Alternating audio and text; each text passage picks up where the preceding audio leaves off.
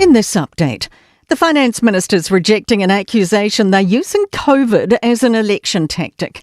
Nicola Willis today announced an independent review of the monetary policy the Reserve Bank delivered during the pandemic. It'll be released just weeks before the election. Labour's Chris Hipkins claims the government's aiming to revive pandemic conspiracies.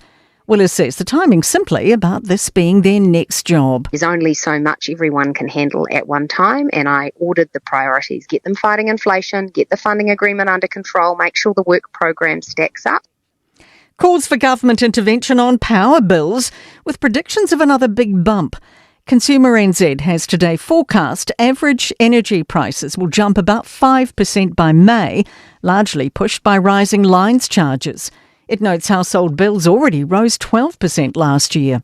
Power Switch manager Paul Fuge says he expects it'll be a hot topic this election. In our latest surveying, we found that 67% of people expect the government to take action on high energy prices. A report into the death of Malachi Schubex reveals a gap in the ability to identify child abuse. The 5-year-old died from brain injuries in late 2021 after months of abuse at the hands of his carer, Michaela Barryball. One of the recommendations in the coroner's findings released today suggests a public awareness campaign into the signs of child abuse.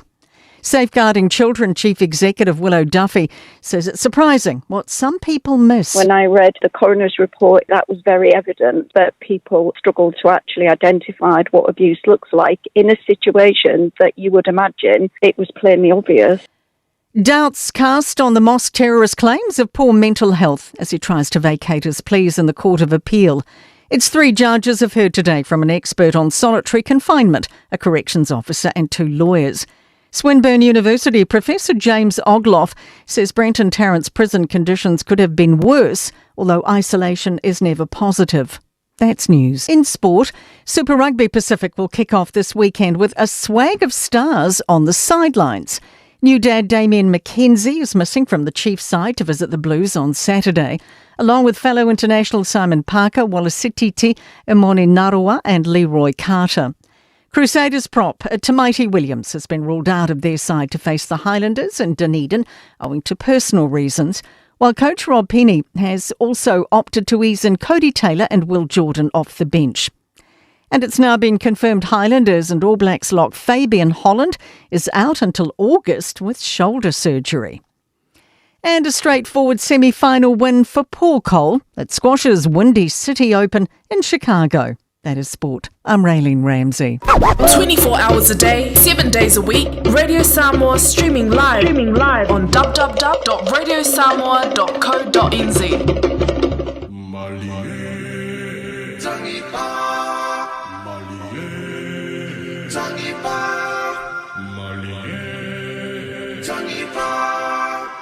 DJ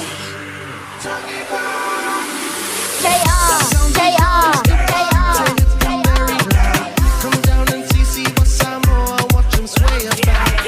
And Mr. Party with Thomas Samoa. So come on, get ready to see what do you want some more.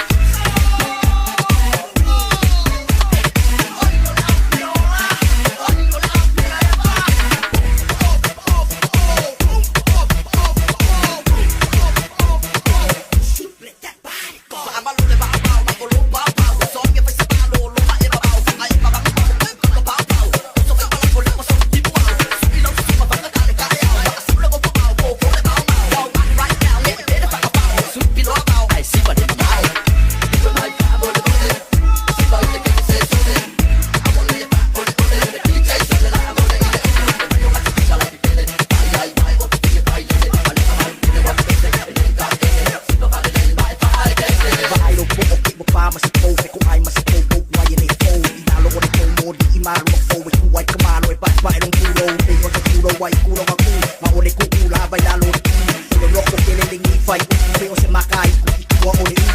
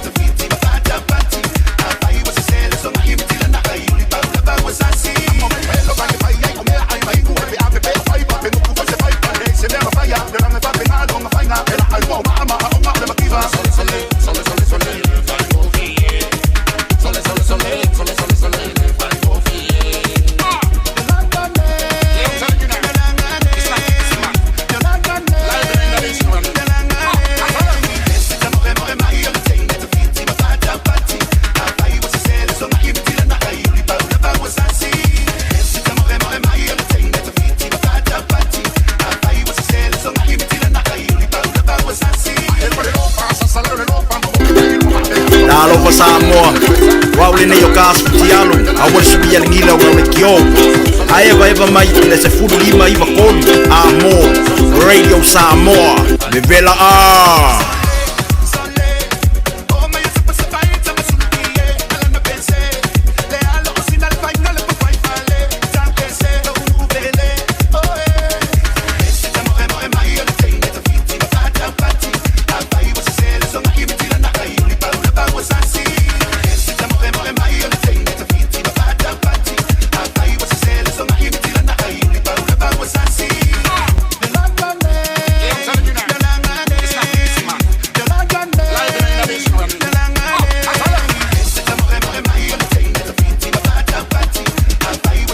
Na ole Radio Samoa se furulima iwa toru amo e tautuaina o e ilangu ngana fitu aso le vai aso.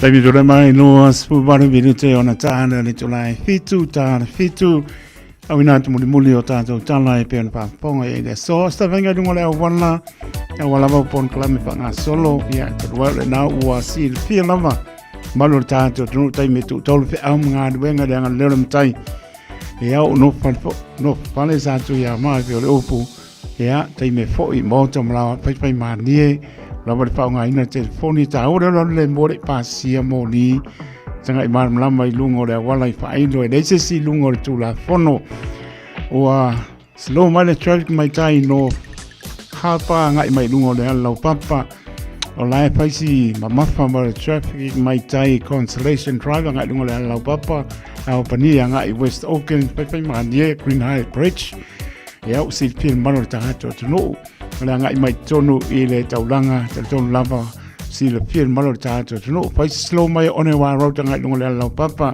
sa venga taulanga Victoria Park nga lunga le lau papa o le na slow the traffic anga I North Shore ia pe manie pa pe no fo ia College Hill Chivos Road Herne Bay ia nga I mai Ponson Bay Road ia o slow the traffic le la pe manie o se vainga I Auckland Sipo anga ia tu Waterview Straight anga Evandale slow the traffic Rosebank ma Patiki Road anga I tea tu ia o se fiel maro ta to no anga I mai Lincoln Road anga I Henderson Mall ia nai ma nga ia flow ma traffic ai pe manie mai saulunga I Glendine Roundabout Pasi Wai Kumete Cemetery ia o ma se singo le aso le lava pe manie anga I mai Lean Mall Avondale, New North Road, Stoddard Road, Hillsborough Road, ia pasi Sandringham Road, Dominion Road, ia longovinga a Hillsborough Road motorway anga I Mangle Bridge, ia anga I le pore morina pasise ia pa ko fase fo iai. I le taulanga I Simon Street anga I Kaiba Pass, paisi Slower Crafton Bridge anga I motanga sengase I Aukilani, ia o se le fia lava na mano tātou tino pai manie, anga I mai I Manuka Road Queenstown o neanga ia longingo Mangle Bridge slow the traffic. Papena foi Remwell Road anga I Meadowbank St John GI ia o Glen Innes slow the traffic. Apai po anga I Pilkington Road anga I Pamiua ia mo foi leo Pakuranga Highway, Ellerslie Highway, Mount Wellington Highway slow the traffic.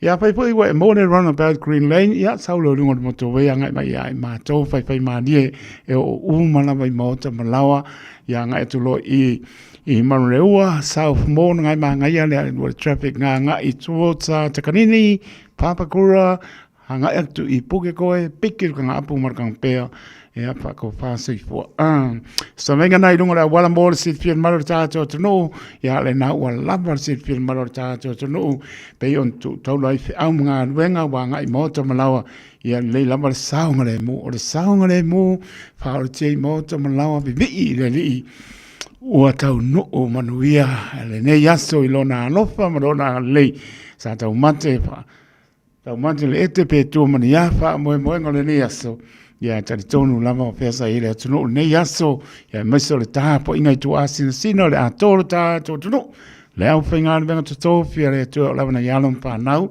ia o atunu e mamao mnato lang sia pe tato I le lofo le atua so I fo turu I so I fo manuia lo to so I fo lau le tino sini le nganga lo tato au auna I le li ia ma lor fo lau mano le tato atunu le o tato mo mai le fiafio lo ngā tono le vai yaso tu a aum tato tu vai I le o ngā tono le vai yaso le asalulu su tasi February lua o luono o foroma pa ta lofa atual pa e maulungo le tato tonu ta lofa lama so I fo manuia pa tai le atua I lan pole pa so I fo le to so I fo le olo taito ale o tato e maputa I lungo pe au ngaru ea I le tautua pa aware Radio Samoa so lima e vatoru a mo pa ta lofa le au whangaronga pa I ale atua I au lofa pe nan pa no manu a wasa mo atai au Poroma pa ta lo patu so se motanga sengase moto malao lo pa ta to lir malo le tunu inga sengase o tino o poroma pa ta lo patu a te talo yes uma anga lele li lana fa mano longa pa yatu pa yane ya mo le mano sita to te nga mo ye mo ngado pa ta lo patu pa pen foi la to tulio la to fa salanga so ese manatua pe o to talo tu muso le nganga pa ia a pa fine foi mai a tali foi mai ia o lava le na salamo lo ma foi mai por salamo le wi o na te mai ai leo ia ma to e foi lo na inga alo fa to lava na yalom fa na ta mam tene ma lo ha e manuia foi bo o nga ne aso e se menga ai kai ia e se mesa ba pe nan fa lo pesasi ai ia o lo ngona ne aso fa solo ia ta mama tina ia e anu po ta la onga wa sa loto lo ma pa ia me onga e manatua le ngana fa anu le ngana tau tala so I fo ai to ma to mola ai taito awone ngalo lo mana ile na fia ai o to ia fia o ma ta to we mo ngana no ma ta sil me an lo fa de Wa ia I tātou te tala no ai. Le ua lusu tolu minute o na tāne o le July fitu. Ia, anga ia tupo ina I pes senga wa lama tu tolu fi amnga nuvenga. Tā po inga maro le atunu umla wa asaunga ne fiafi. Ia, anga etu le July fitu au nātu muli. Ia o tātou tala pe anu whaponga le sōra tautua mai au tanga vaia tipi au tanga vaia. Ia, anu whanga solo a leo tātou po klami pe anu masani e le solulu. Suitu langa i le uso vo'oi. Ia sau se si whanua nisi a pupuanga pane a inga o loa penara mafuta i le uso. Ia, ai toi fo me volan tautua se taimi o luma. Ia manuia lau whaasaunga Samoa. Mori whamaroma na whaafutai. Talinga ponga mua, talinga parisala pai se Juan Francisco ane mahalo uso bane swafa tautua tunu ia po etuia manuia po ile muli o ilamo tu o tina ainga ia ai ka tonu ele leia ane ni ia so leile ni asa manuia lungo ala uso ai mese la to lungo ala ia pui le li lo to so ifua ia lo va to ia pa po winga tania lu male ainga ia alo wa pena na mafuta mai o tara ia mai lato umalawa ne taimi ia sa musu von e vao ia alo te atu ia pena po ia le wa ia li Luisa Puimono e you fa tai morkanga pea morkanga apu la lo patu lo patu po ma no fano ia lo patu file mo pena mai lato uma le wa ia li Luisa Puimono ia awal pole le fo I pula la pungi au kilangi ai malola ma fa tai ka vai se also juna doi vai singano ia lo patu mo e also mal patua ia watu e Australia o ngalo mare pe ko ki le umang kongi le kana fo ki ia lo patu zo ria le fiaf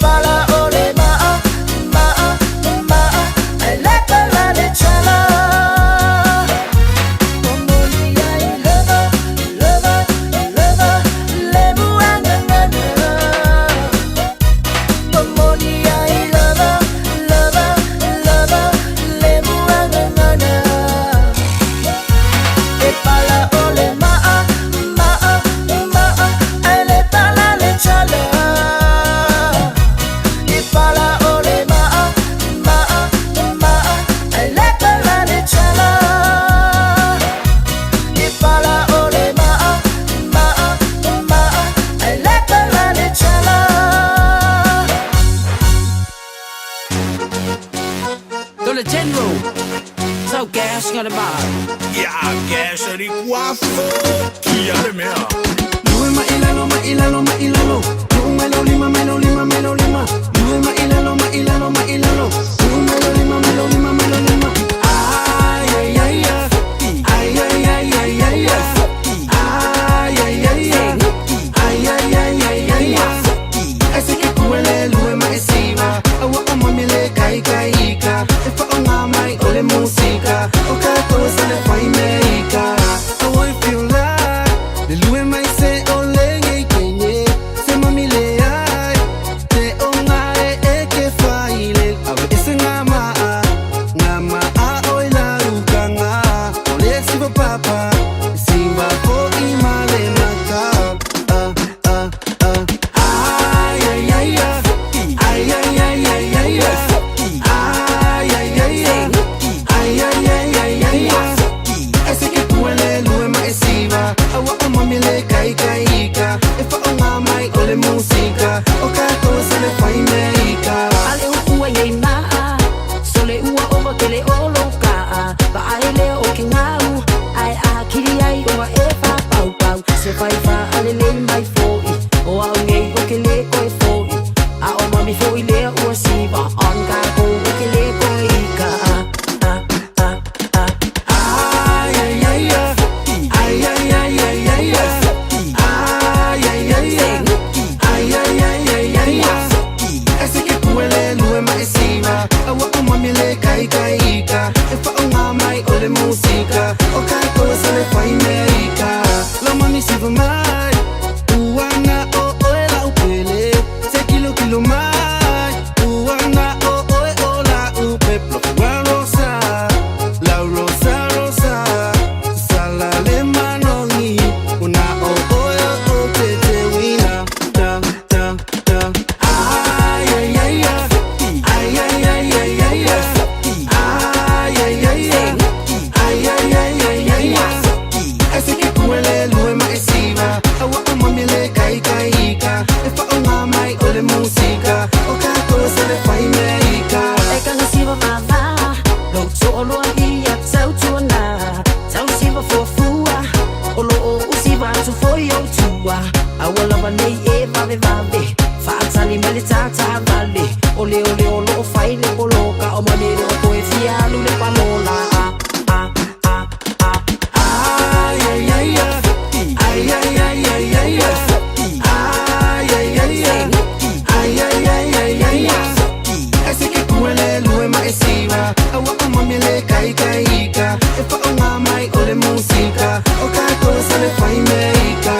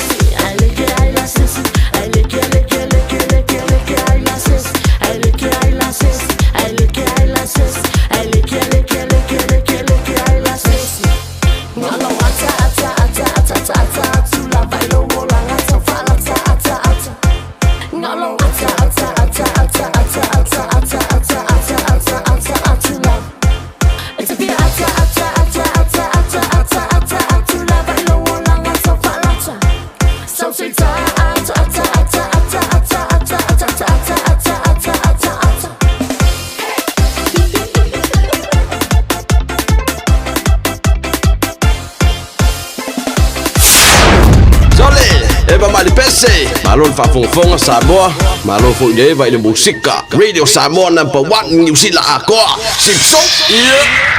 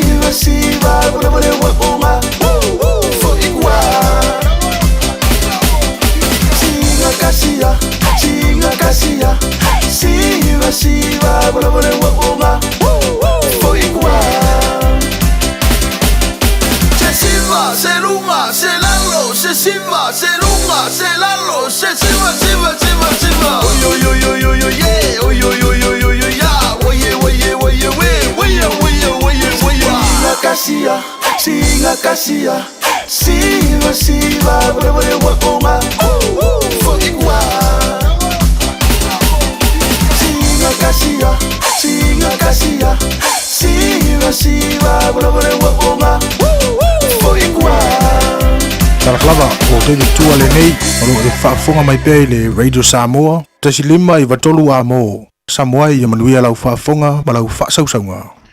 Tai mi tole mai leo o to e ono minute o na tā leo nei tulai fitu.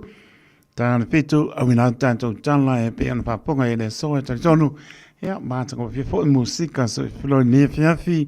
Ia maua kwa e mambi anu la koa samari lespiko samari lespiko. Au anu mea ngai yo au au ta o omi to low ia marabamano ta to no ele pa to ruina ia e mais les kamalo active ngai yo I mi uma pa ngai yo te mi uma ku lunga samari mani les piko ala kwa pese uma ngai ia anu lunga chili ma anu lunga ia ku lunga au ku lala vai ke wa kiki ako kiki mar saisa ngā whainga voi leo lea fiafia makua ka more sa mba anu lea ko ka koua o le whamara stino ka umawha pārengi a toa tino le tama maua leo lo fia so I fua mano loina manu le taha toa tino ia ta tonu o lo manuia po I atu I whiau ngā nuenga o le whamara loa le proklame le Radio Samoa I le manu lea tonu o le whamara nosi pero mano whai atu le whaingo fie mo le whamara nosi a e moa umaro waso mtua fia ai fa vai o mona so e fa no ya pe cha yani ke le ko mo mai a anu to na ia pe mo to na ia o ina no na ya ese manga ia pe pa pe week sa mali ai le ase panga e le ia se me la ko pe si de fu me o fa ma no si o mona so sa bi ile tu o manu malo o le mangu malo ka manga i numa fale mukua fale io ngai kam pai ka oko pe oi ka oko pe oi o ko la stofi la kai me pikero ke ko sia ka ngo ko pe ko fale ton wa ia ngai kulanga nga matalai ia ole me silia mo ta tol fia lo potele tu itu asin sina ta no pai na yo tamana yo tina le pengo fie no foi fane moto malawa ai pa tai po ia la to ya lum pa na to si matua man wia la mo to ele to wanga le i matua to si ia muli lava to ngan venga ya to ya to pa ta lo fa tu na yo tama na yo tina to fia pi so fu de lo fo le di elef singia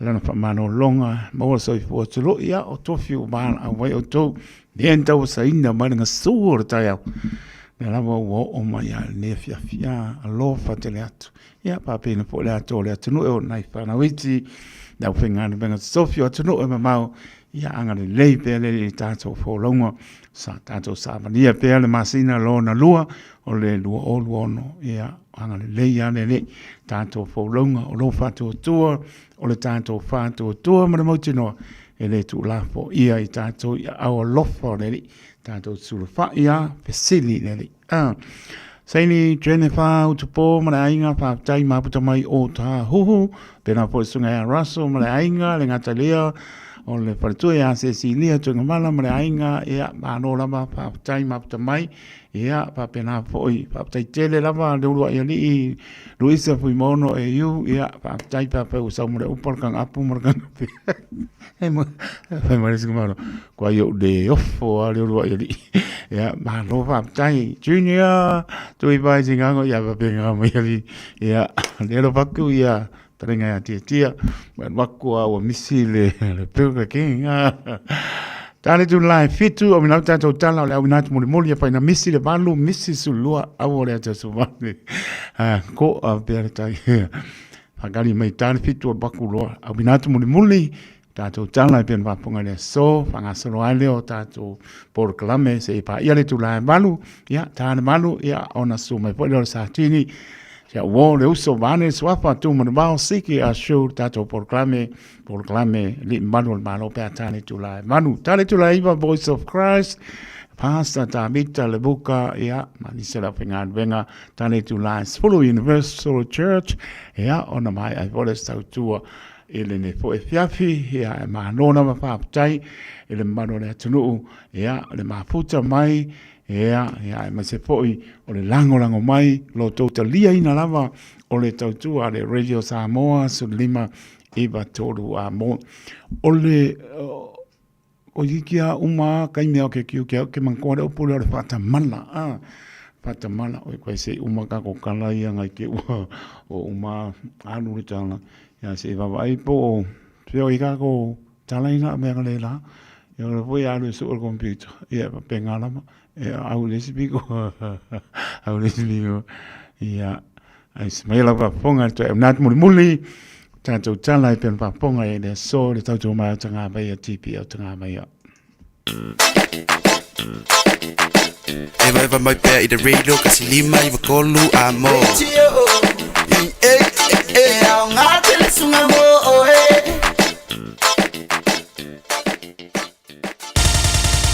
Usi mai alau whaafofonga o le whaapoponga fo ele nei o talafau mai Samoa. Awina sa mai mo oe e lau leiti o whalongolongo le Radio Samoa tasili mai wa tolu amo. O te whatalo foi lo tātou o tunu i nei foi aso fau, usi mai alau whaafonga. O le tuina atu e le whaafalitui o whaipule o le vanga whaupwhai e pui ai a te tau o tangata. O se whinaunga whaale tū la whono i lumo le whaamasinonga ua lui ai. Le whainga whaavae le whainga malo le whaatua i le atua Samoa o tasi. I suinga o whiriwhiringa o tei whono whaavae. O furisia i aire lango i tū malo palo te se furu wha. O lo tū la i ai sui whaipule. O le tū whaupwhai o lo angai anei le malo. I le whontanga le pāti whaupwhai ma sui lango i ai tū malo. Na mori mawina i whina ngalo whaalia. Le furisia o manatu e talia le ave le mata upu le whaamsinonga. Le ua mai a whauru ma ua talia nei de wala aunga mua i le masina fau mati. Na wha leo fo inisi o whina ngalo ua whau tuai na ai le teitai, ma le vaenga wha upu whai, e whaia se solo te e wha mautu a tiri ai, lo lātou le talia, o suinga ua whaia le whiriwhiringa o teitei whono, wha pēr sui o komiti o lātou whono wha wae.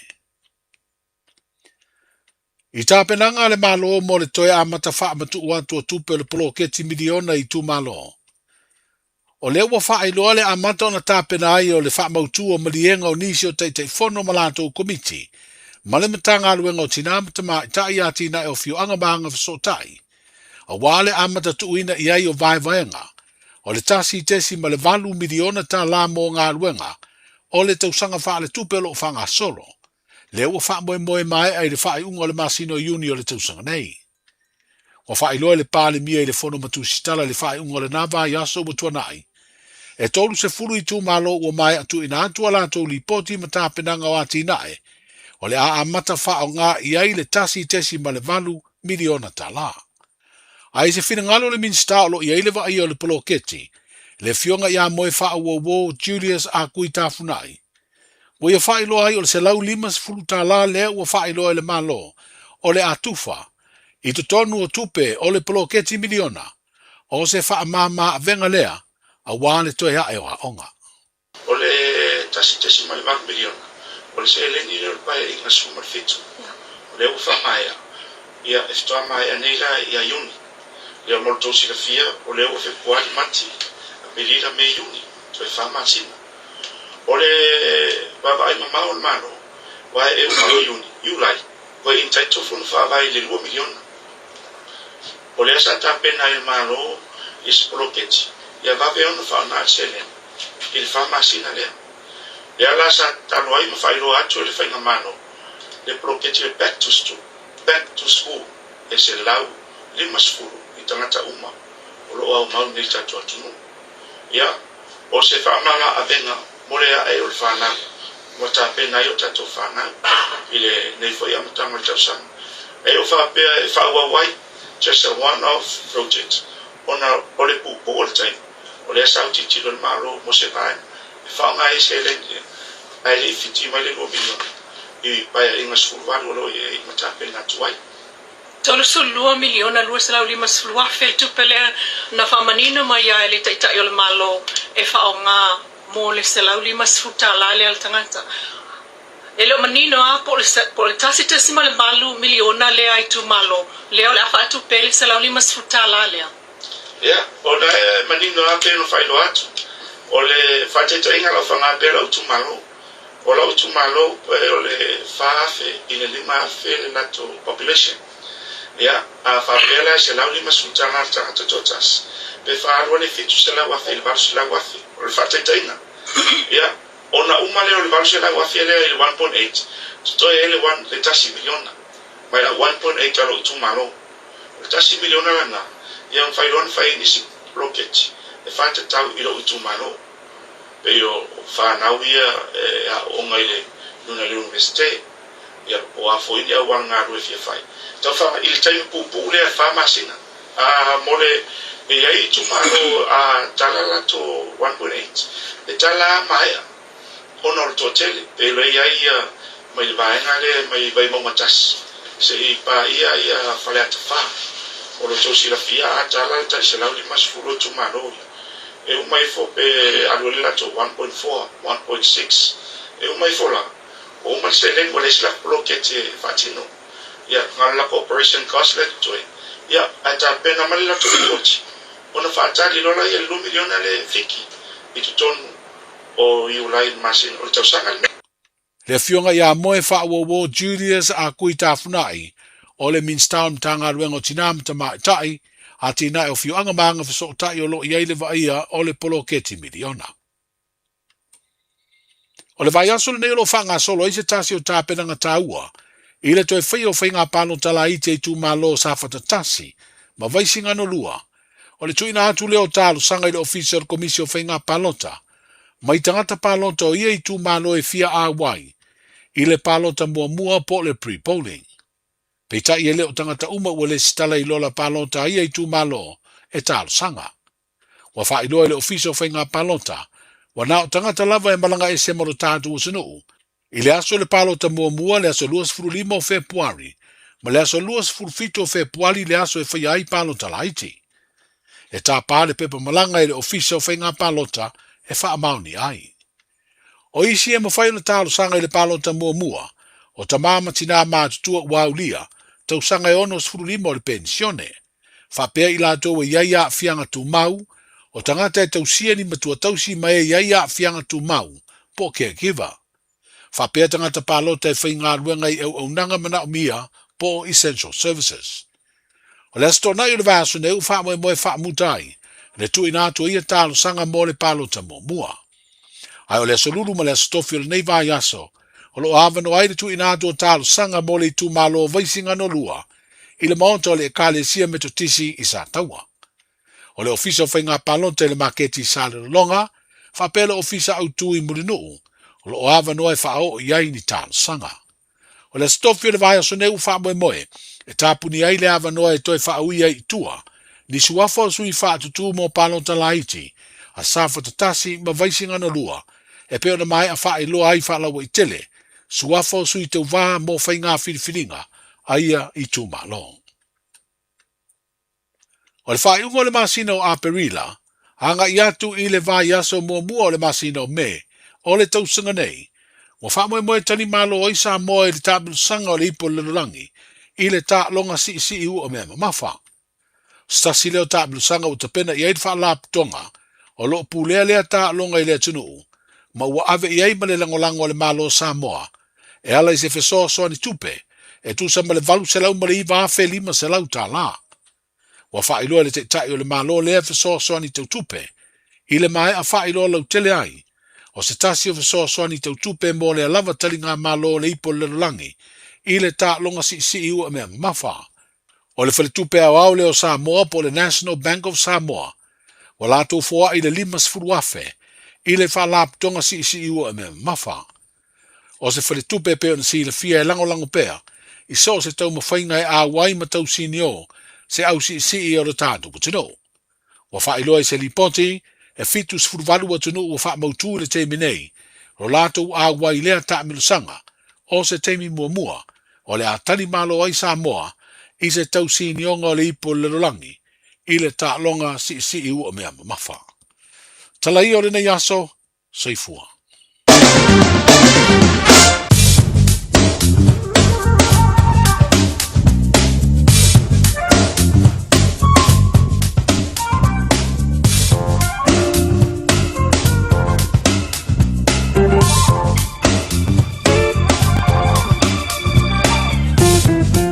Oi whaponga mano lea tunu lea inatu muli o tātou tala e pēna whaponga e lea so i le tautua mai o tanga meia tipi au tanga meia anga lei mai le matai lo tō soi fua mori atu mole aso a tai au toi whaponga se whaponga o tala mai si o tātou tunu o i Samoa.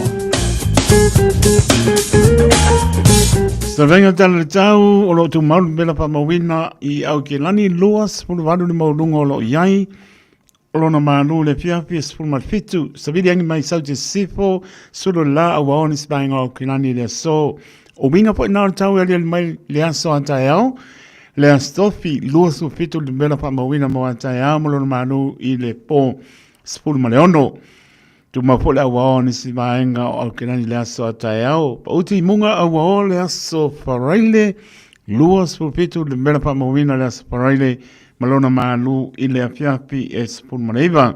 Winga po nāri tau elen mai le asto nai pauti munga au awa foi. Luasu lima le bera pa mawina i le asto nai malona malu le afiafi e sepul manefitu. Sa wainga nga tai whale moi lantou tā pena iai whale tonu le tau le so pa pena po i antai au le astofi asparai le asto nai o ale asa ia le lama le tā pena meo e silfia pe apa i ke anu lamba i lofa i tania.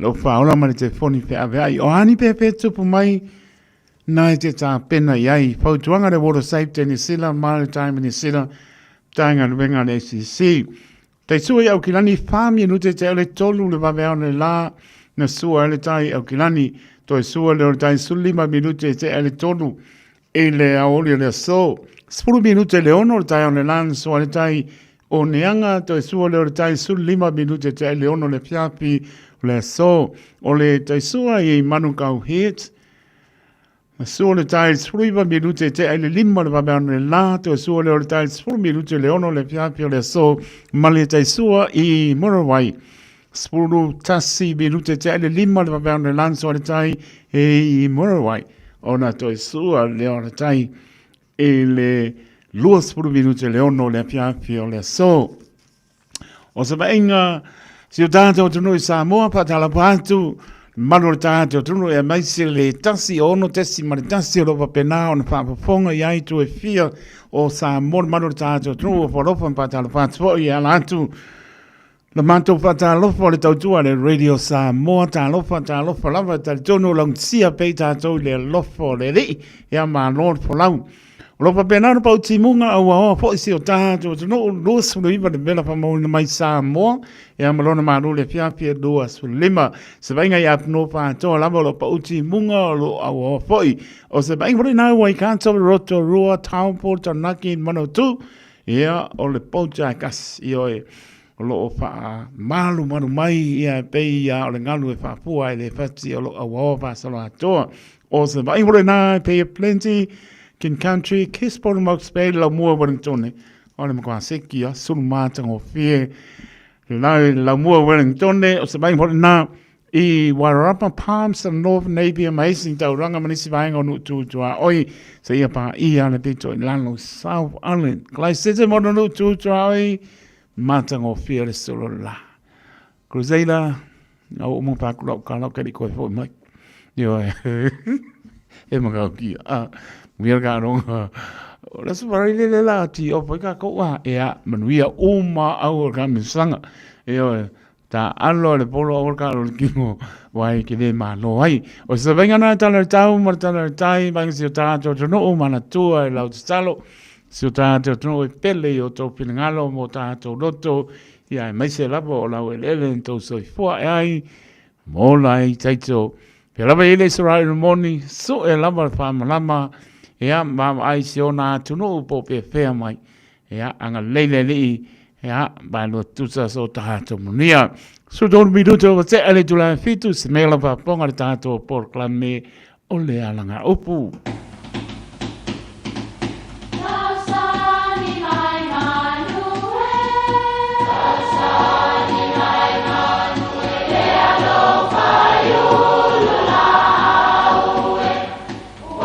E o whanga manu I ululu o la au, awa e whawhanga I funga o la au. A o le tangata, e whawhanga I upu matala.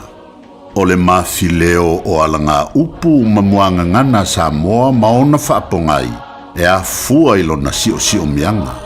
O lona lea sao I le whaatufunganga o le iloa whaale aso, mai le tautua se ia o ina pule. O alanga upu mamuanga ngana, ua lanto mamanuina le tō whamanino a Samoa, mana tua foi, e tāo fitau muli le atunu. Ua tangi le fatu ma le ele. E whapele tala o le tangi loloa a le alii o sa le vao ina ua oti si ona tina I le afi. Na le mawhai ai o na whaana I le fia na whai ai samana I tufu ngātai vai. O lea na toe ave ai loa ea itu sa le vao, ma toe whaia le isi fia tele I le malaeo sa wā I whaletoi. Whai mai o le fia lea, na whaatumulia I tangata, na o lava I la au ma itu na toe tutua e na I o lanto utunga mau, na sisiva uma e tau whaanale tama. O le tumu o le pō, na mafatia ai le ele mama o na safia a waifo I mamata le ele mama ai na pupuni uma masolia e tangata sa tumu ai o le tumu o le po na mafatia ai le ele mama o na safia a waifo I mamata ai na pupuni uma masolia e tangata sa tumu ai o na whetangisi ai leo maa po fatu ma le ele. O I tonu la e mau ai le upu nei, ua tangi le fatu ma le ele. Manatua, o le fatu, o le isi lea ingoa o le maa. O upu e whaamatala se mawhatianga ua matua o ngaonga o na ole maliu o se tangata e sili o na pele i ante oe. Ia, po se whaanoa noanga i se amio ua le tu sai, ma ua le solonga le iai se mawhatanga. E masani o na whaafonga i sa afinga pe a whaini whaasila silanga i se maliu. Ua utu nei tua whanua manu o le afiafi. Ai longo leo malie le manu i vale ina ua whaalia lia langi o le fioanga. Awa ua langona le tangi rama e tangi ai nei le fatu ma le ele ona o le maliu whaafua sei o si o mantou tina. Ia a whaifo i o se mafutanga ua whaina. Ia au te manatua na tusi e se tasi whaia onga se pese lau i loa. E whailo ai le whaanonoa o se tasi whaia onga. Ona ole asosi vale o tangata i le ngā luenga whaia onga. Ona whapele o upo le pese. E tangia le fatu ma le ele. Ua e whaia u maufala se. Sa moae, aua e te mantele tele. O ita ua masani i le whaiva o se. E tangi le fatu ma le ele. Manuia lau whasaunga sa moa.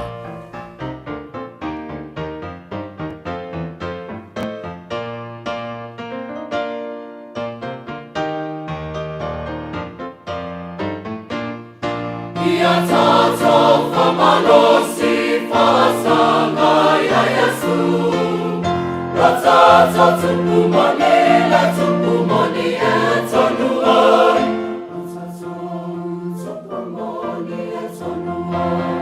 Tonu ai tata o lana fi o ngase i tosi e ioi.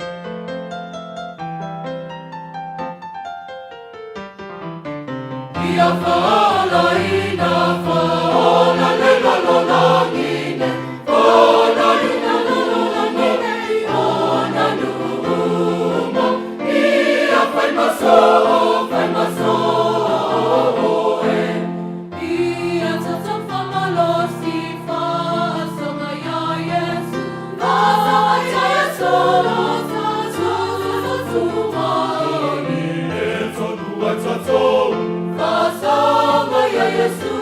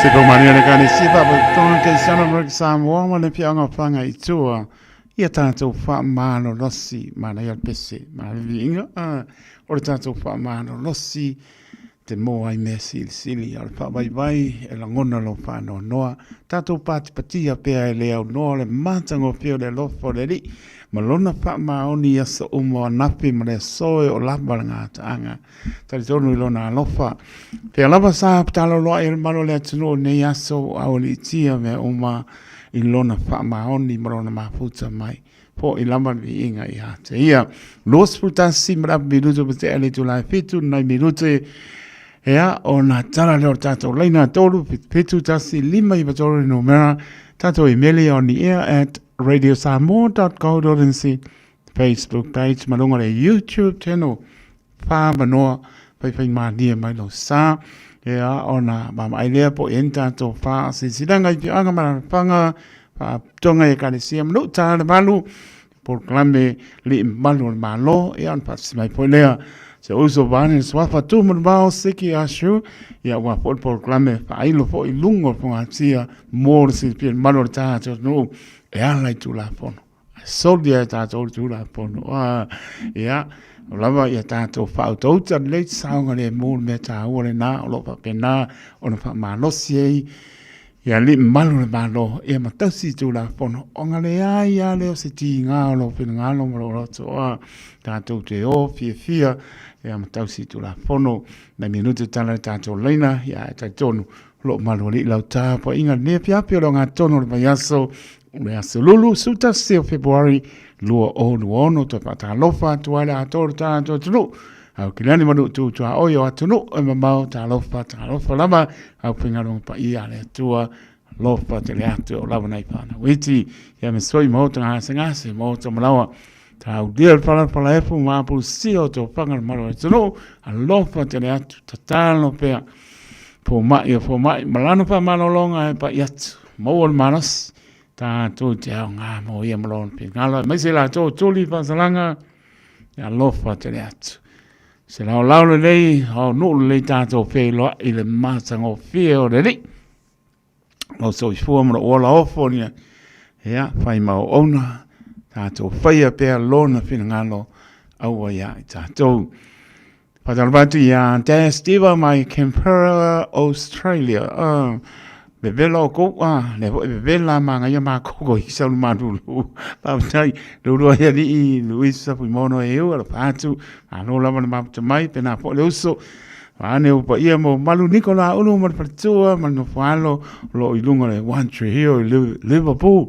I Sydney Australia sina leo mo se on to atina ya no salia lo ma puta me la mo Wellington ya pa tai le ma mai me se la to o mo lava le lava maputa mai ai tautua le Radio Samoa lima iwa toru a mo tautua mo ai fitu aso le vai aso luas fu fai tura Radio Samoa taslima iwa toru a mo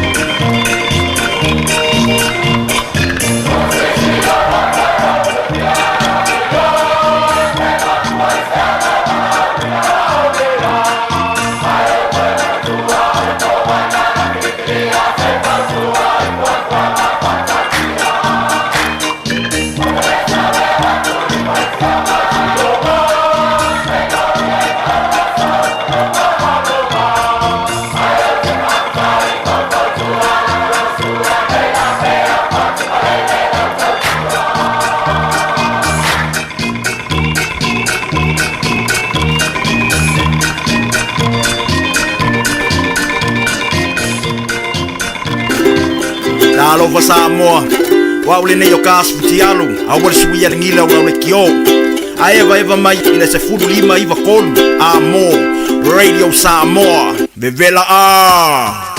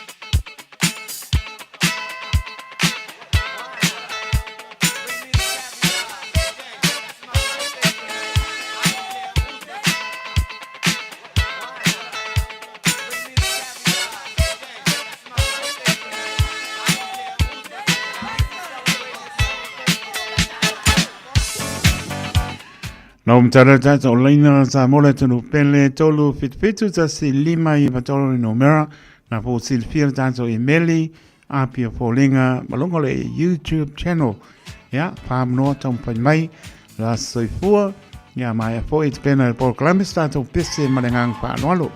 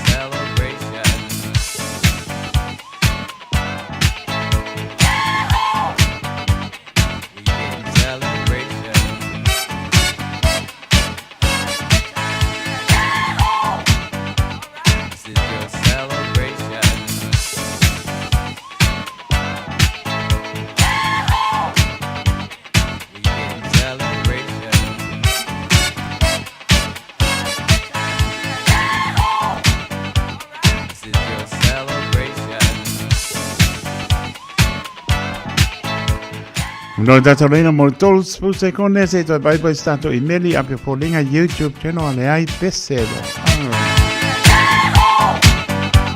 This is your celebration.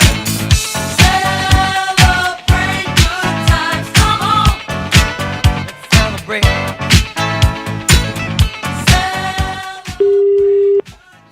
Mora mo sa no mai chala pa. Calo fa. Ia, mora mo tina. Asiasi. Ia. O le lunga kel fong. Ia, sa no mai. Ola se fulu tasi ne o februari. Wa atu le valu se fulu tau sanga ole. Lo matua le o faitasia. Faitasia a fai wa e fa longo alle tio. Ia fa tai male alo fa male anga le o tama fa le langi wa e au le ai ne tau sanga tele. Ilu wale le fonga ele e una vala ma fa na uma ainga. Alo maua pe o tino malo si mal tino malo lo ino tato mo ne tunu. Ya lo fale atua pui lo so fua ai mai se o mai o le tino. Ia o lo fa anga na va tia o le lungo el telefon fa tai lava como le amano Emanuela Piaf. Pena foi o le fiafi, manuia malo longo le po, sei fua ia. Mora mo sa no mai chala pa.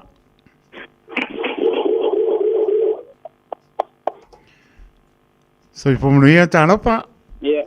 O lo faanga ma mongianga me moria ku kinga ngi foia inga. Ia, sa no mai chama. Ya, kinga ya moirangi ma elenga. Ola sore wa urie I longa lima sufa kausang. Ya, lo fangia pe le ku fo I longa malo si fenga I fe au manga ruenga ka ku ai le karesia mai. O lo faanga moria ku ilanga faanga ya sabe fa mumu. Ya o faiunga sabe fa mumu markau si ala. Iwa pe foi la finga faiunga ya kamare pau va maerenga. Ya va pe foi ka eu pinge. Ya fa si le lo fa ngao. Le au sal lo va maerenga le ka pala.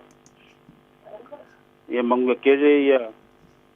Ya fa pe foi la finga ya maerenga ra kiki. O ya moirangi ra kiki olo mako mafuku alingi fiafi ongo das fanga o kinga ole ai ya ora fanga ma fa mangyanga memoria ya lo fangia pele ku lo ngalo si fenga I fe au mga ruenga mangia fuanga mka urumanga ngi fiafi kai ko lo fenga ai makiu ki fai ai lava lo malo si ka ku ai per ka ko kungu wow ia ele ngaka foi o ngaru nga fai kongo le karesia ai lava ia ngi fiafi mare pa moi fa kai mo le vongo manuia foi le aso soi fua le tina le ainga e me so ne fiafi o lo pat ai lava kai soi fua ia soi fua ia ia taritonu ua ia umaya wa Meil pata ba ale o nai pai ma pong pa leo po lenga le Radio Samoa pa brio aso fon mano le tinu te mam tina o so mo pa pensa la vanai pana witi o to uman pa mnia to waso fo le so anga lelele to fa popo nisi tau sanga stele so fo mo lai tato mana tu pe ia bea pe tato pai alona pe ngalo manuia tele to waso fo happy birthday to you o si pong manio waino request mai ya wo ya rem le mo mai cleanliness seulo polonga ma fa malie wala se me anopa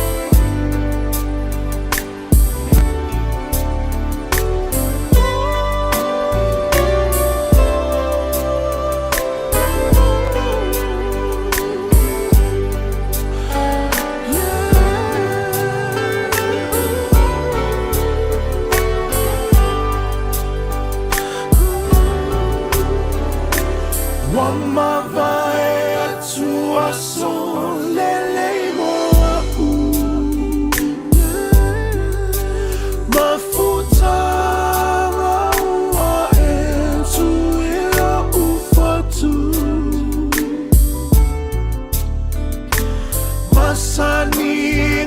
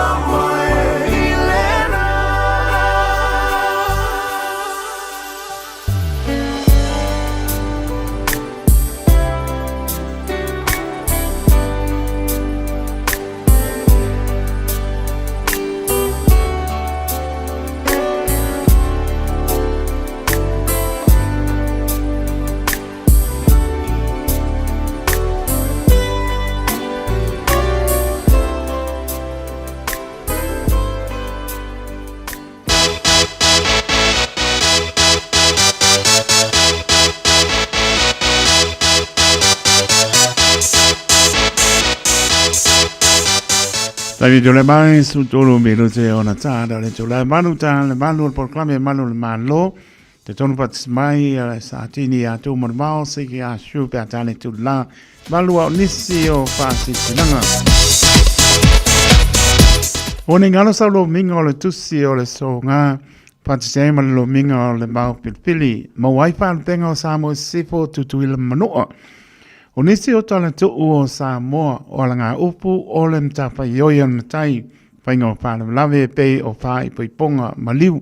O se o singa o ainga, si i whainga o paolo, si i whānoalo, whāna ngingo e kāne sia ma le tele o le ngana i whālo longa. Pitsu tā lāre tau leo wa iai, mō le si pia maro tā atu aturu. Nā leo pisa lama o le Radio Samoa tolu ono pa tolu hope o Avenue i Manukau City Mawai mo nisi wha mtalanga tala noi lau fonga fia le mata o fisa le o iwa lua no loa lima iwa tolu no mera o iwa lua no loa lima iwa tolu no mera pe tanga iana le shop radiosamoa.co.nz pa i sau oka e o tua i maoto malau au ke pole e o akua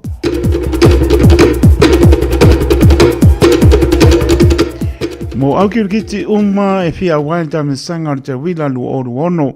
Wha manatu atu, le tātou fono, le asoluru nei, le asutase o Februari lu oru ono a whaleono, ile no whanga masani ngā ti pāki o Tara, Scorpion RL Clubhouse.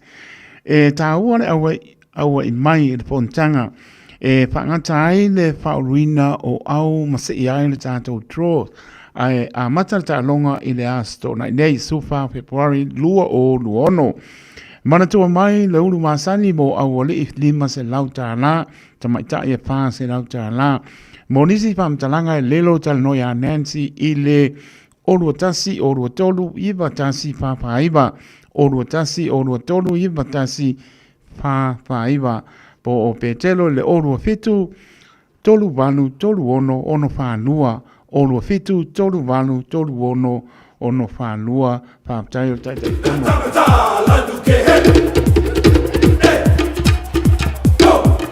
Lei sato pasi silanga ua mapu le toa inga i le ngamo. Woloa le mau au wā ele inu ma le mala Samoa. Wa iai ona maa oso ma maa tana. wai longa foi maa a pelepelea hai leo ngalu ua ona tā whaalele fulu i le ta i matangi. Wa foi ona tā whaaifoa si ulangi ua lafo le tō whaula e tupua ua pai aom pa ia ua bidi foi lau foe ea ma ua sunui e tui pāna o lo tā anti po niu ia vi ia le atua mamana. Ai le ama tele mana pāno alo e whaase sila antuai le pa ia maulunga o lo tātou nuu o so la ua a wale a fio tanga lo matua o le tapunu so lii a tau ma upu ma le mamalu. Ea ma le tau ma wha alofi ea ma lau talainga popo lii lo o toto a wha lo lanto a lua ma le mamalu ia so la ua.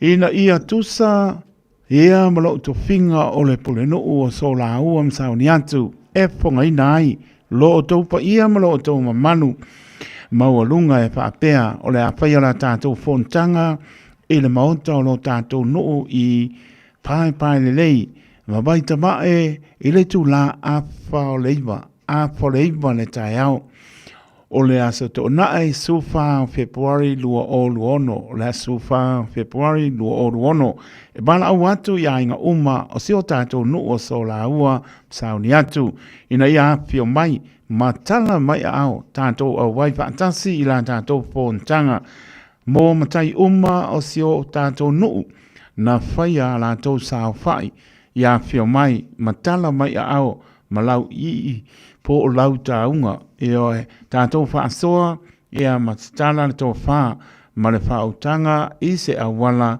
e manuia ailo tātou nu o so la uam sauni atu lau moa le lei le atua lo o tau so i fua tātou whiloa i le aso a to whaina whawhetai o pupoli i pale a whanga se yuli AHR tangalo matua la mea pule nuu sui o le malo male nganga whaaloalo.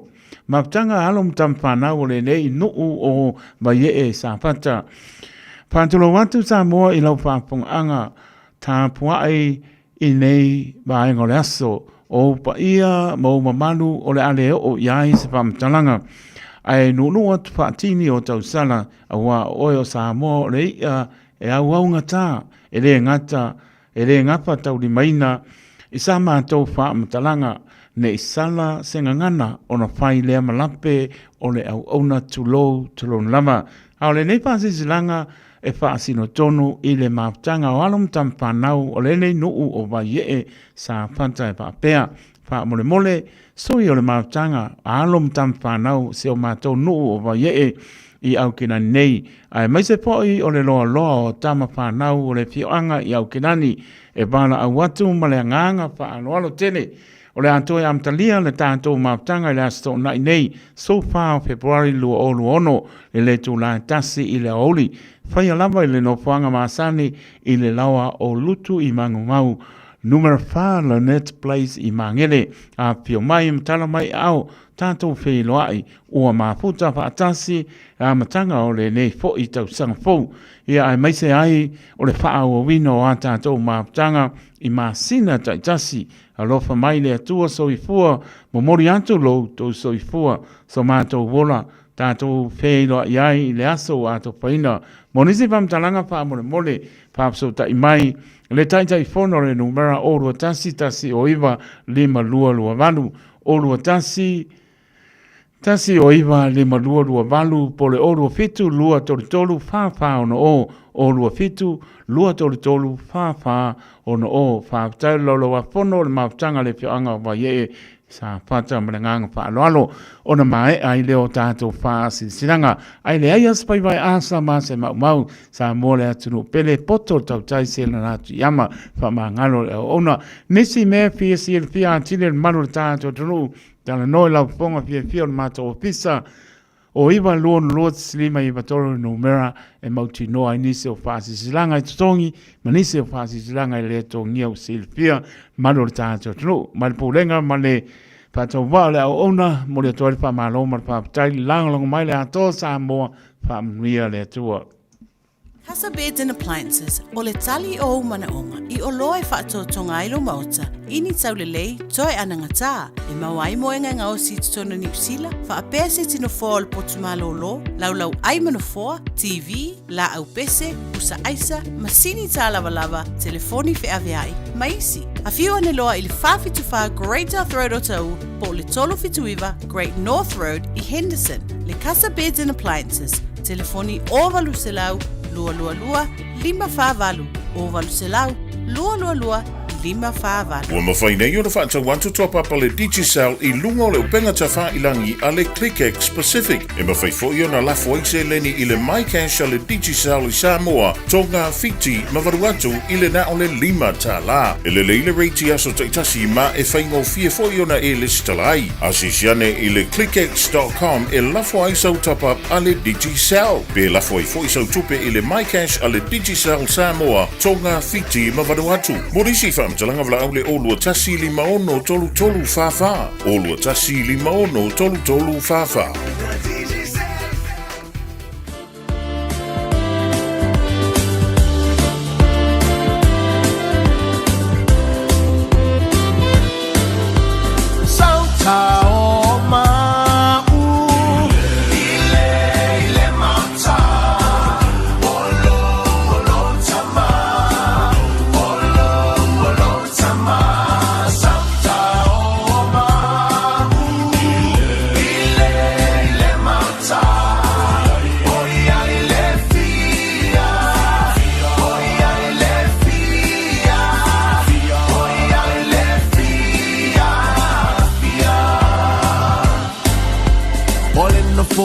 Fio le tala le lei Salta o ai nei Olena foa fio le tala le lei Salta o ai nei Alleluia Olena foa fio le tala le lei Salta o ai nei Salta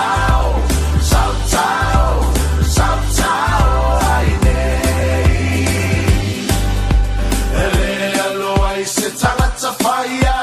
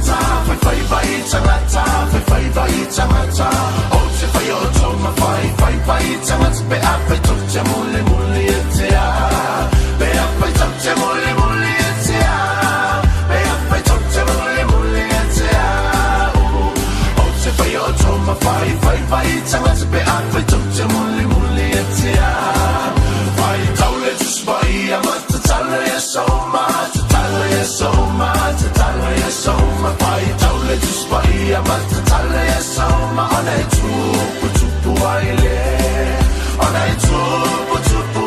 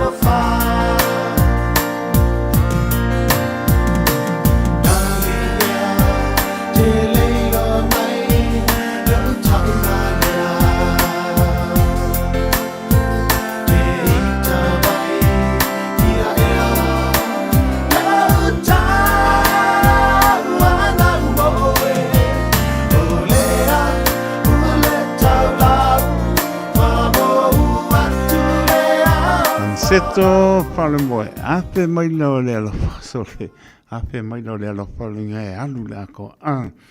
Ole te vile tole mai le wa 5 minuto o te ai le tula palu ia tonu mai no sali malo malo ta tonu sa vola sunu pele le to tau fai lo ina le tamani bane swafa ta sio satini malo la no le sunu ia wa no falsa tu ia mai lana tau tu mtabela e mesi o halom pa na o ta to sunu ia lo pa pena ona ngaru rue ia ba ai tu la fono mo ia tātou manu le tunu lo ia yalan whanau ia mese sunga sa tini ia tu man mau siki a shu lo pa pena pon taimi tani i lava la tau pito la au ia ma pa pena pon tu o lalo fo ina yo noso ba ne on pa ia mo man e mese o lo pa pena on tala lo po i lo na soi fo tono ngan benga sunga tu man mau ia o lama por sir pian mano tātou tunu e pa tai o manino ai fo i le mata le mai i lau fa fonga e mese man wia fo tātou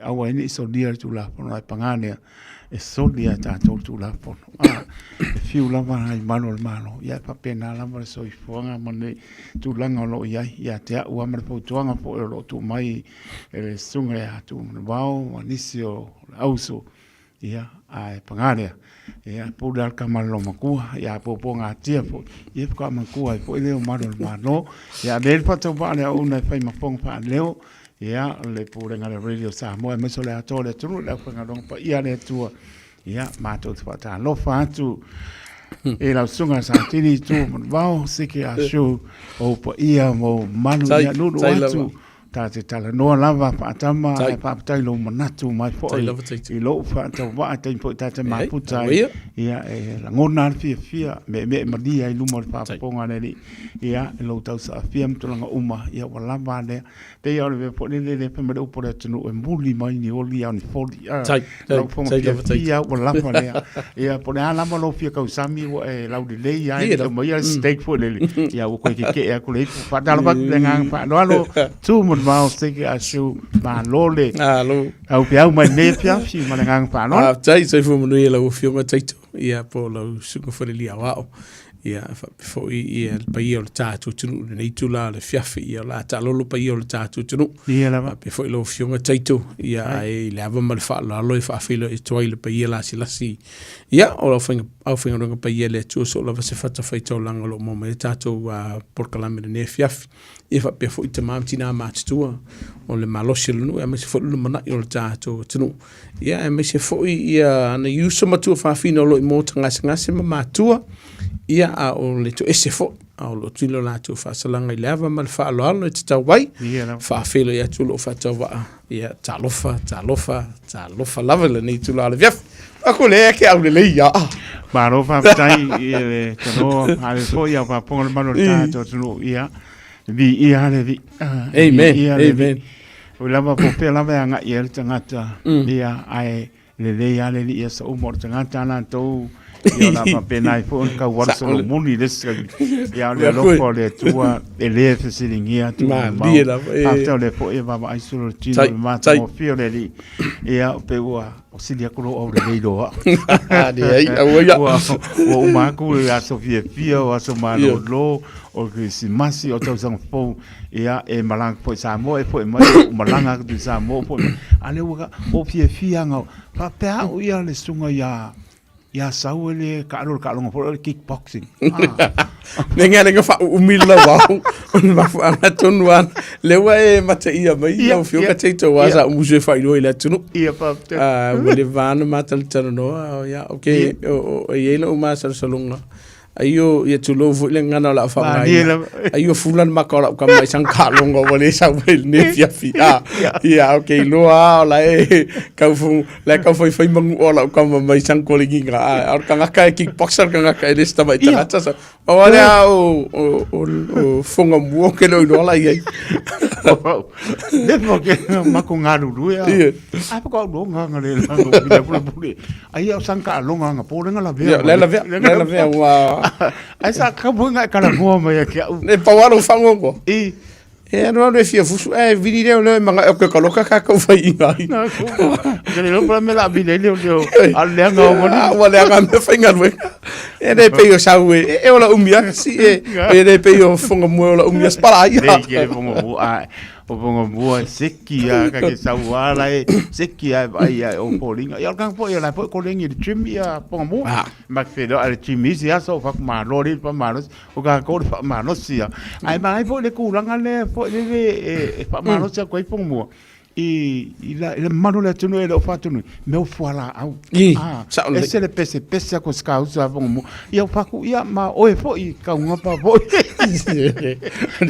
ole tu langa le i fonga bo le fuala au fa fonga le tunu e ma lo se tu fel fan ia fonga bo bedi e fa fela so tina fel fan ta mam tina ma tu ma seno tato por kala me ata ka pa anga o asin sino malu le o ka wo fa sira vale ka ia o fa ia o fa io o vainga fa pe taito ma fa fonga le tunu kam fa ima fa singa malo longa fa singa break e mo sila fia fo le tunu taito tina ona malo lo ele fa ona malo lo ka ke moni italian vala o le tunu ma se na mana songa so stevi vala o le tunu o ia ia fo le ka ke fo italia e mo fo fa sta le tunu on le italiano tato por calame I fautuanga fo imanisi o vaenga o le tūlafono.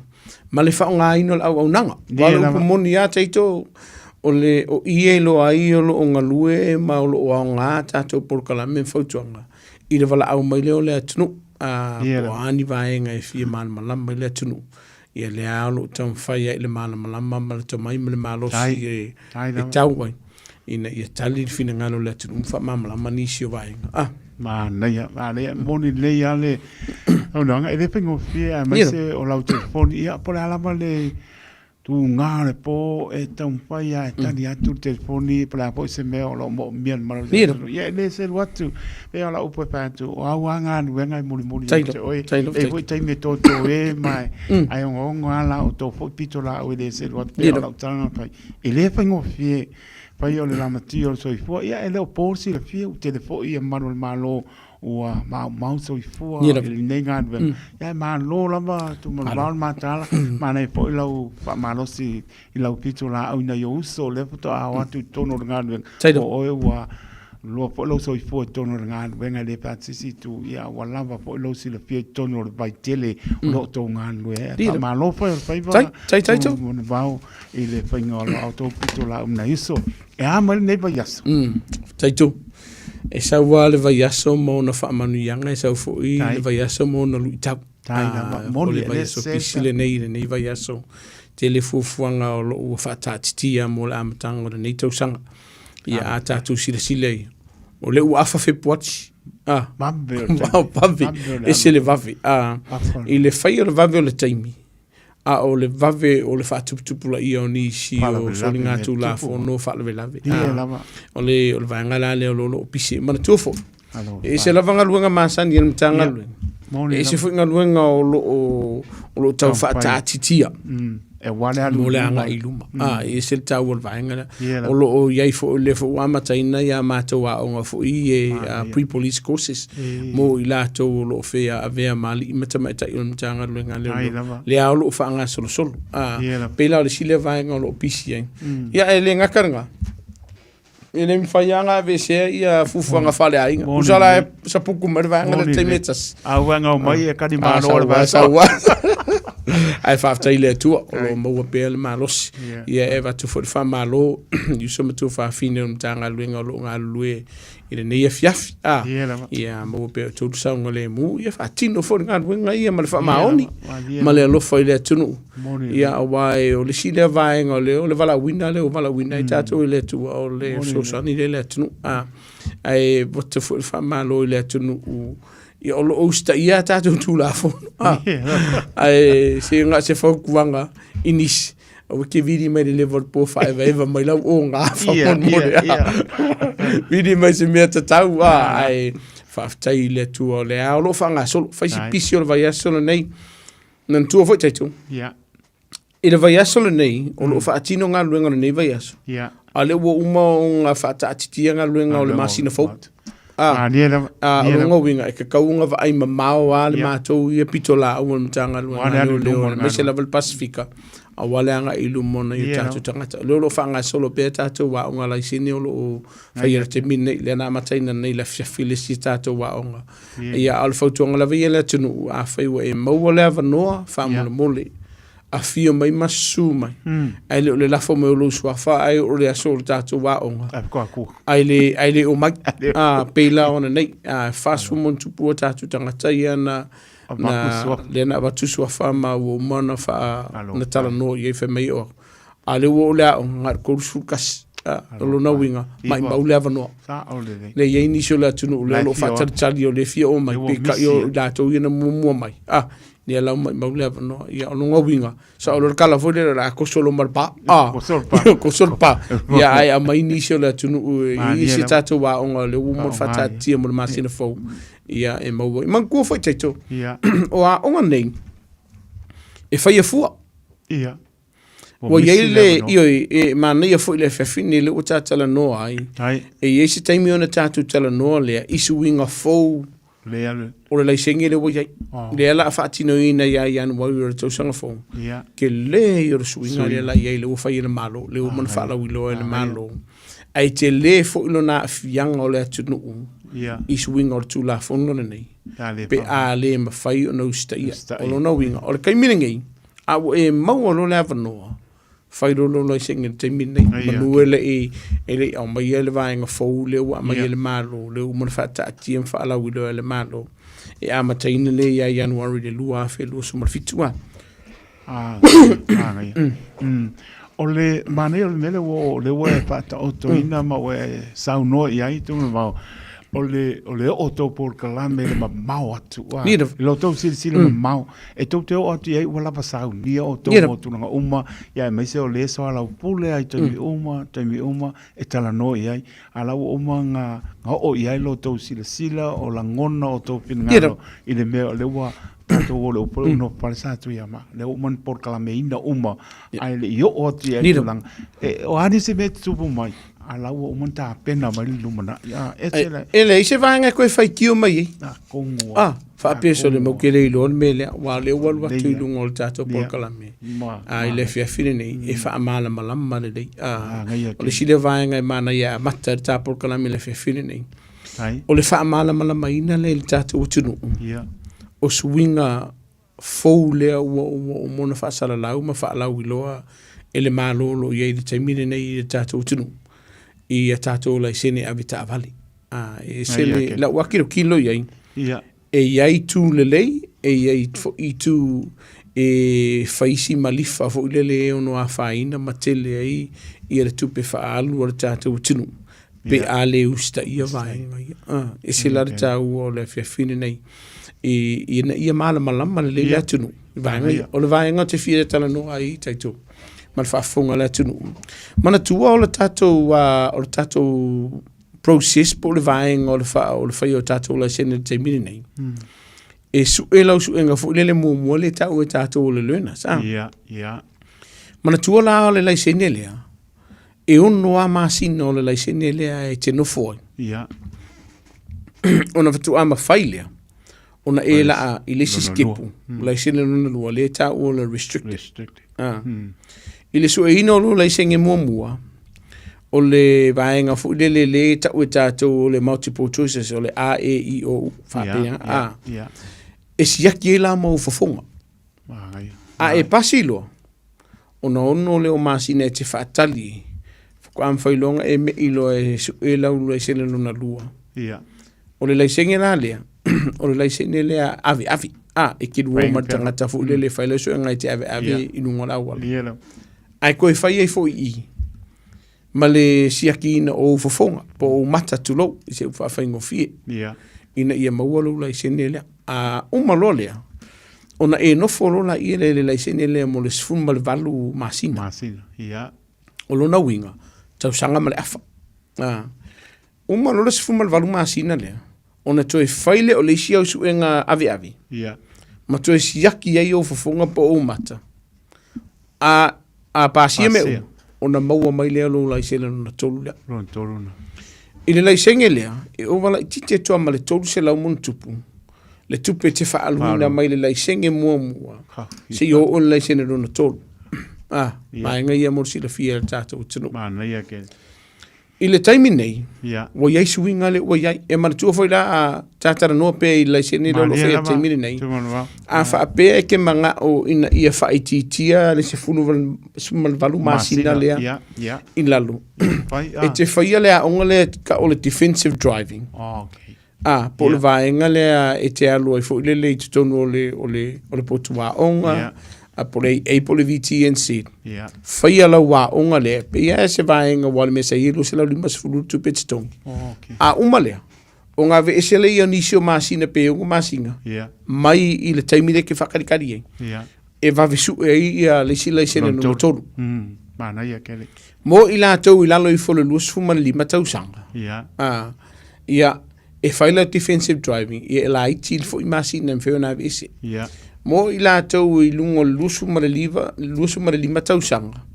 E ono a masina me whai ona e whaatari le lai sene nona lua. Ia. O ngā su e leo lai sene nona tolu. A o lalo lusu lima kausanga ku se sumar van masina. Whaatari. Ioi.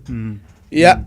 Ta tia la vaenga le mor taimin nei. Ia. E tātou tala noa i le swinga fou leo le a whaatino ina. Tai. I le aso lua sumar limo Januari. Ia. Lua afe lua sumar fitu. Ia. Leo fai mai le vaenga fou lua mai ele malo. Mo i la tau i lalo i fo le se fulu male lima o le lua se fulu male lima tau sanga le matua. No winga. O le se fulu male ongo anga i le lua se male fatau sanga. Ia. Umana su elau su enga leo le lena.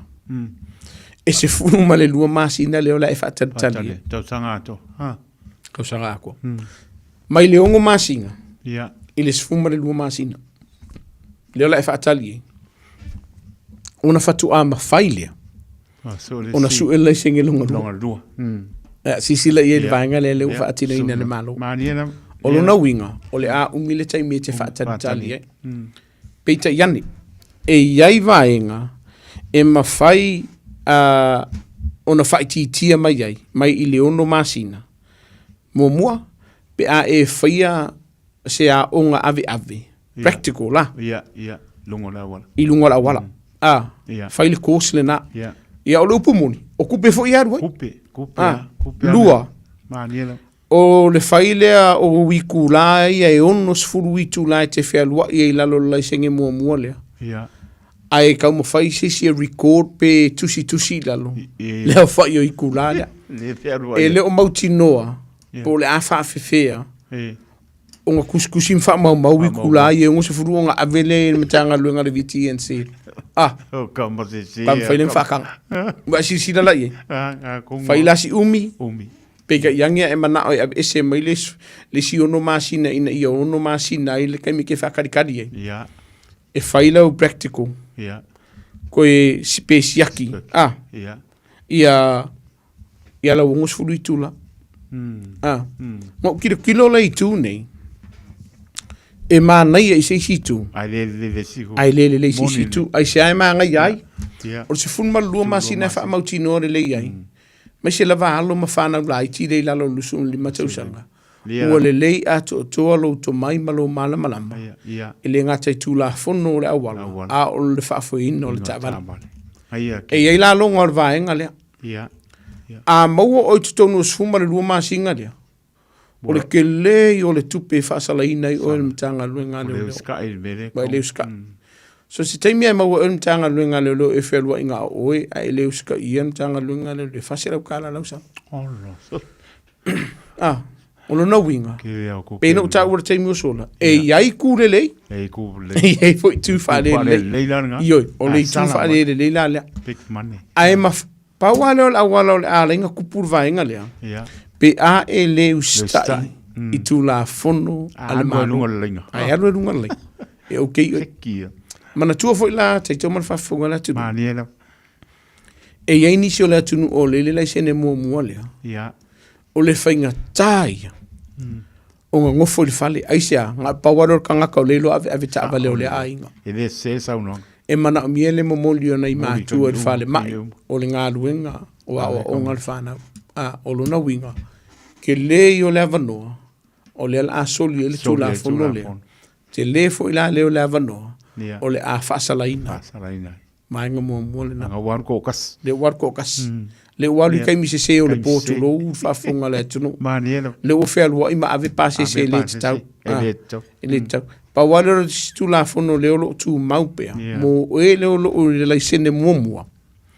E te tau wa ona yei se tasi. Wa ia u mie le lai sene lo na tolu po le funu lai senge. Le lua tau sanga pe o vatu fo. O lo na winga fa mo le Samoa. Ia utangia vainga lea. Sau malama se taimi o muni mai. Lata i le aso e wha marusia e le tū la whono lea. O na tātou tū tala no le wha mamalama. Vainga lo na lua. O le lai sene lo na lua. Ne o lo iai. Mana tua la. O le la tau le lusul lima tau sanga malunga aku le senge mo molea. Inga le onga masina e whataritari e le sfuma le lua masina pe o lalo i fo le lusul lima tau sanga. Mo ila to o ia ile lai sene le ila loi fo lusul lima tau sanga ale o su ele senge longa lua e se foi lar vaenga le okay ia mai se futbol masina o le la suma lua masina le lai fata tari o no winga o le o ese medisia le si ongo masina ele ai la masisi me fainga e faia e ko ese me ni si masina Kulia sulua masinga. Kulia la sulua masinga. Ele lei, peita iane, e iai fo i tu, e iai vaenga e ono a fia i tātou li tūla fono. Ai se a, o lona winga, ngā oe amalo a inga ma i la tōlu o whaanango lango i a te oe. Tau tēnā nofo whātasi, e me whainga e anum whea vei lai sena na lua lea. Ma li se fulu lua masina, e le ka kaunga e anum a avesa uo. Ele kaunga alma avisi se falfainga luenga awa ambau al mtanga luenga e fasala ina oi pei on mene ku por ke mingi paula swinga mana ia le woyai ole ave ese me o sfuma valu masina ale o sau de sfuma le lua masina sulua ese le ono yoi ai le ma faianga e faia si vaenga ina ia toi ave ese me ngiskai sulua masina ia ko e fai mai lo la ia le o ila tau e lunga atu lu suma le lima tau sanga le matatua e ono masina e whakadikadi e o ngā whakawhailinga su ula sena lona tau ai mana tua la teitu i le taimine nei peno tau ora taimi o sola o le vaenga na le iai o le suinga fau le ala asau o le a e le koe alu la e su e sau lai senge ave avi ai o la fai sa ala o palai o nga au mai no la ia lai sene fo ia te oi sa o io lo no winga manga ia le foi fe mai vai nga fo le o le ale ko su e ai i o fo fonga okay lo no winga mala senge mo mua sa i o fonga la sene no na lua le sia ke i o fonga malo na longa ko ele ai le ko fe sia ki o fonga sa o ia manga ia ai fo lo no le vai nga le ai sia ke u tu lo fa fonga la tu ai sa ke u i vira o maka no i ko ngo lo ngo masinga le fa tali ngai adu ale pe u fa le tonu foi la vai ke le la va no la matia ele sa ngale mu mar so i fu o le tunu pe fa yo ngai pa fa yo le yo ele o kai mi u mai le ye la ta tu sila po le vai o no pa wale o la tiro na wa o isia vaenga e tātou tiritulu. Ele lei, ai fo i tū wha le o le vaenga le te tauna mai tau wina le tātou tinu. O le mausirale, le sirale vaenga e se le mana iai. A whai o e le lalo i fo lusu ma lima tau sanga. Po o le esfuru luota i masina le whaakali e mo le laisele luna tolu. A o e le ke lunga i fo le lusu ma lima tau sanga e na o le ono masina le whaakali e. Laile le ai maua loa sau sala. Ai maua lau demerit points. Au points foi. Koe wha popolisi ongo masing. Suluolo. O lo wha salangan na. Suluolo masing. Suluolo a wha pera sfumare lua masing. Lualu lau whaakali e koe kolu masinga umal kei mile e mailu lai sene lunto. Ai koe maua ia u i moe lau demerit points i lau sala. Koe wha popolisi ongo masinga o longa ingo ua iwa masinga. O le ono masina leo whaakali o malusu malima tau sanga matu o lo ola. Po kou sanga fo. Koe lua masinga i koe ai maua u i le speeding ticket po le kako cameras fo i. Ai mai male demerit points. Koe wha popolisi ongo masinga. ele le vaenga le o te whaafitai le vaenga le wao mai aisea puipuia o saunga le mua le tino o longa winga mo o ele lai whakarikani mo le onga masinga fea lua i ma le saunga le mu ina ia awangi koe whaapopo inga le si onga masinga e se tau o le vaenga le whai ora sala wau tupe ele ngaka ngā mai lau te Merrick Points le e koe whaapopo le si onga masinga ai te tongi a lau sala i luma o le awha, o le malo. O ngolo usuri ina nero tatu tu la fono. O vaenga la e afungali. E te tauna si le sila i le tunu. Fitu na i e au fufuanga le teimini. A wai o le nga sau le vaenga le lasa lusu malimo Januari lua fe lusu malfitu. A makalong fa mano si e le matanga luenga le leo malimano. Tau sanga fok, longa winga.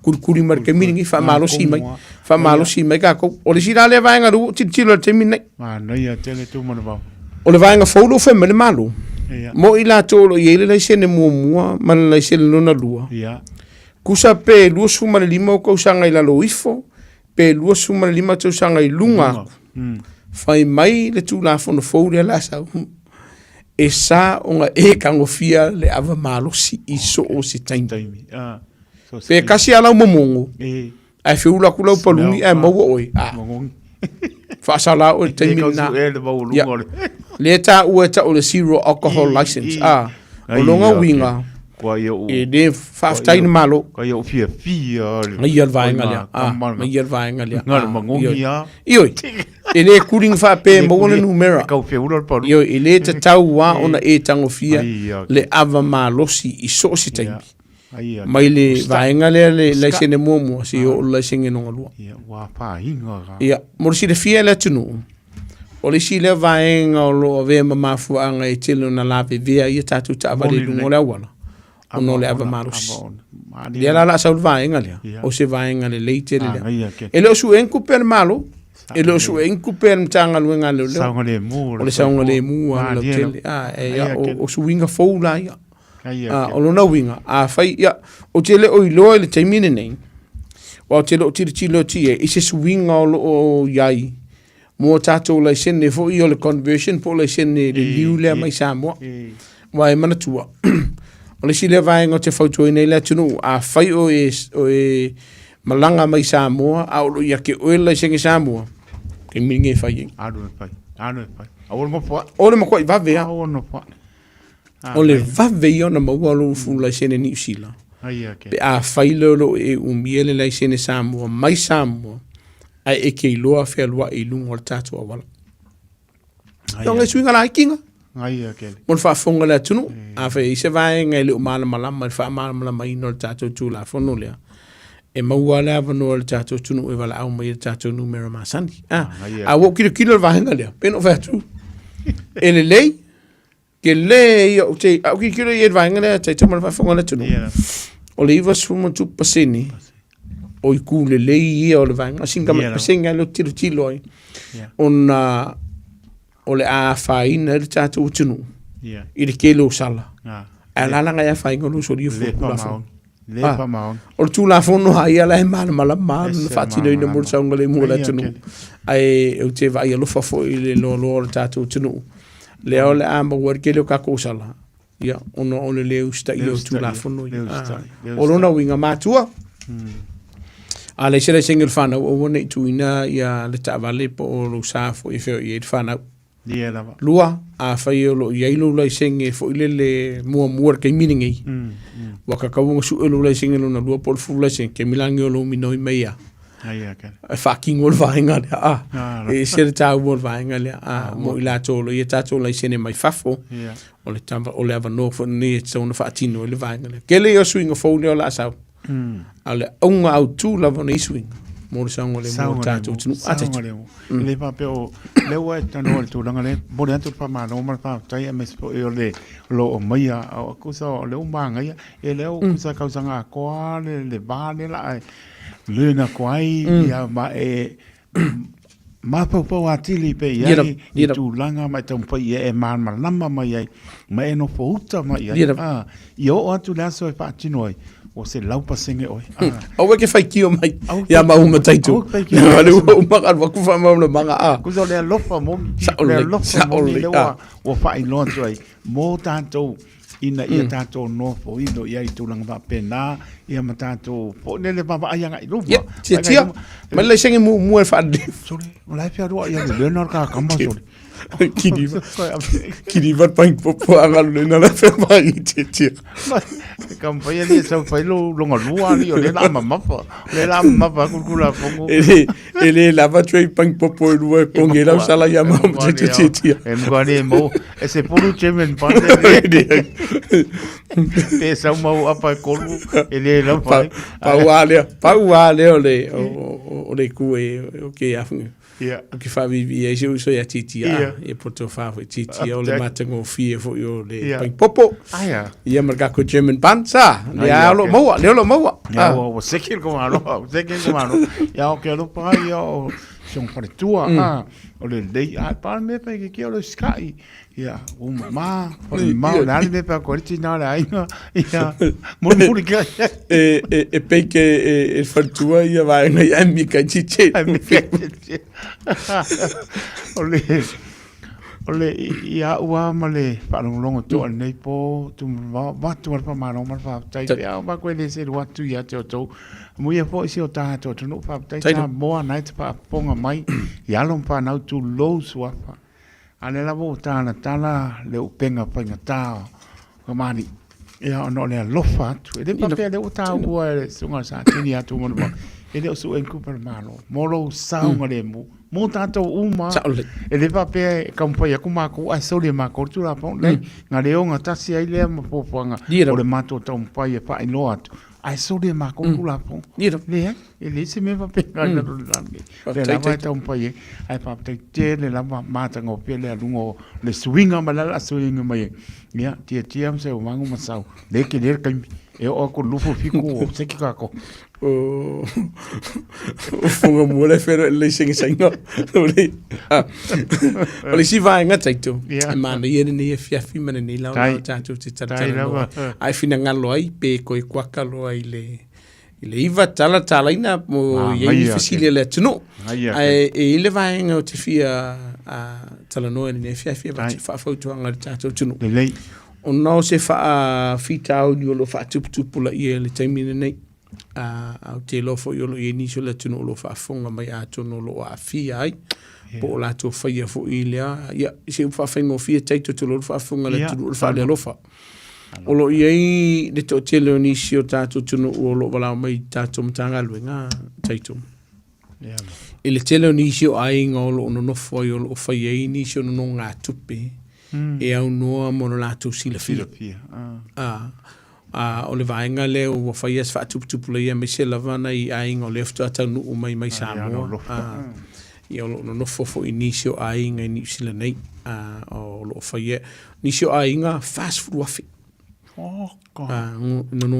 no nga tupe o lo faia alu na yo na ainga mana tua foi taito ai ese vaenga o le tula fono e fa mau ni ai o lo e fa mata u ainga nei e faia la ko kalvakaika ale faia lon le yo la ko ki pokilo ko Samoa pe me se la va pe fa le na fa me la ko pe pai e yai vaenga o le tula fono e ono a faina I ma sai ti ai oi o lo e faia le vaenga le fa mata e lo fa mata lua e yai le vaenga ma o kupul vaenga le te toma fa fonga le tunu o ma fai unga ko le liu ai I no nga tu pene nei e ave la ko ngolo la ko fai fa le for vaenga le ko fa po ye o la vai fa tuanga fa mole a fai we le lo so fa lo le fa mauni I au fu no nga tu pe sa fai te mo so fa mole o waka ko ke fai nei o tatu vainga po wo fu mai la to le fa ka ngu mai ni siringi o lo tau a mata o la to vainga hello fai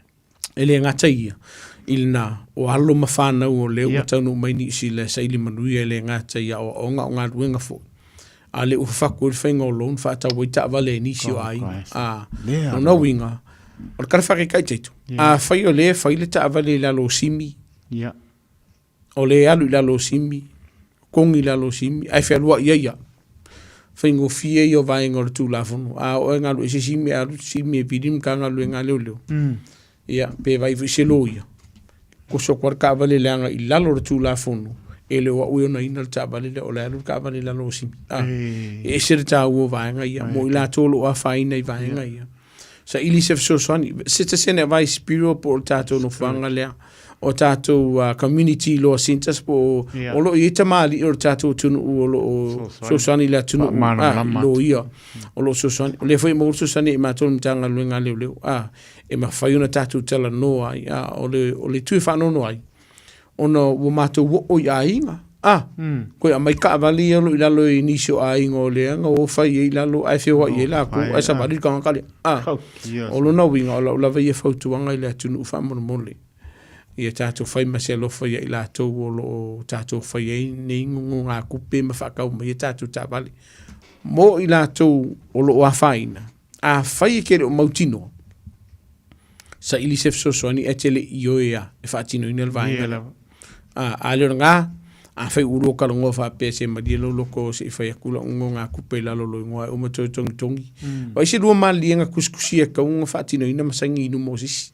E se tau o vaenga lea te to mar fafunga le tunu sa fa pea uia ai o le afa ititia pita iani o fa yes fa tupu la ia le vaenga lea mana tua e misela mani o tato ai ngau lefta tau no mai ni sela nei e misela ila to lo tom fa nei o la to ai ale la wa makan sa puku ko vaenga lea ia lo no winga a fa ko nga kelelo le long ele o laval faso o le laval faso asia ainga mana ia ainga o lo vaenga fudele a makalonga ye nisho fa fita udi tu atu o le fie ka malo atu lo fa fungo le tu ila ingo tina o le shir ko wainga le walinga fa ilo ni o walinga le ama ona aviele ma vainga e be visi ai lua a fa fa pisingisi fa ma se lo falta tu no o lo fa se telo tatu tu lo vala mai fa tiongo e nisho pisinisi o lo fa yala to ona ngai fa maun o la wakala vai se lo ia fai nta a fai o fa maunia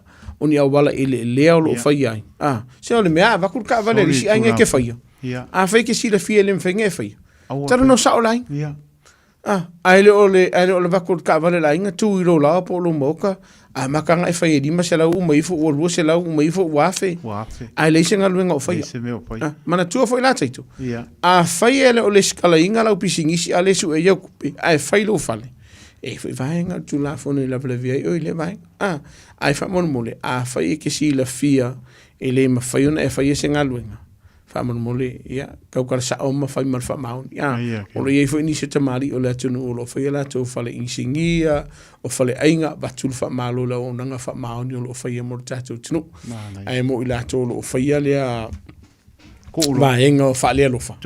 O ngi iawa kaunku wai. Ele taun tupu vaenga lea. Le taun tupu. E te le vaenga. O fo ila whautuanga lea tunu. Ave a tau whaitionga.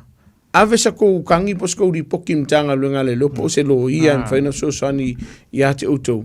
Ina ia fo ia whawhita uri whapea. Mise lava wo vai mal whano no te le na isi ai ngolo tau mwhai. Ai pe ka yo le whainga whaale alo whai nisio i la tau i alo whai pisi nisini. Ua le ma whai ona ma wosef so sani mo nai a inga ia. O le si vaenga kere ka kawale la vetaito? Ia. Ai le o yang insurance al tātou tino. Ka mon mole Samoa. E le ma whai o ngop so swangi ia te oi. I vaenga ia. Pe a whai elo i se insurance alo o lusa. O le kaimi ai la vea i lusa o i lau insurance bilim tanga luenga le loe. Vatum tanga luenga le loe ia te o le numera. Le ta wita e mātou le vina nampa po se reference fo i le. O le numera le na. E ma whai o ngai ave inga lau company insure. Sawa. Pingiero la ile company na vaenga le vei lau kawali. O le si fautuanga le tunu. Ia o te talo te la tolo o whaia ia au nanga leo insurance. E whasao pe a se. E siri le whai o lau full cover. Ngai leo le vaenga wheka o le third party insurance. Ma ngai alo full cover. O ai se a. Ia lese pizza. Ia ma se pizza. Ai so a le sta vale pe so le ska vale. Lese mege cover. O le third party insurance le to tele na whaitio in ele kungu i le skaimi. O le la vea leo lo sa. Na whai leo ka vale le tangatala. Ai le kawalau.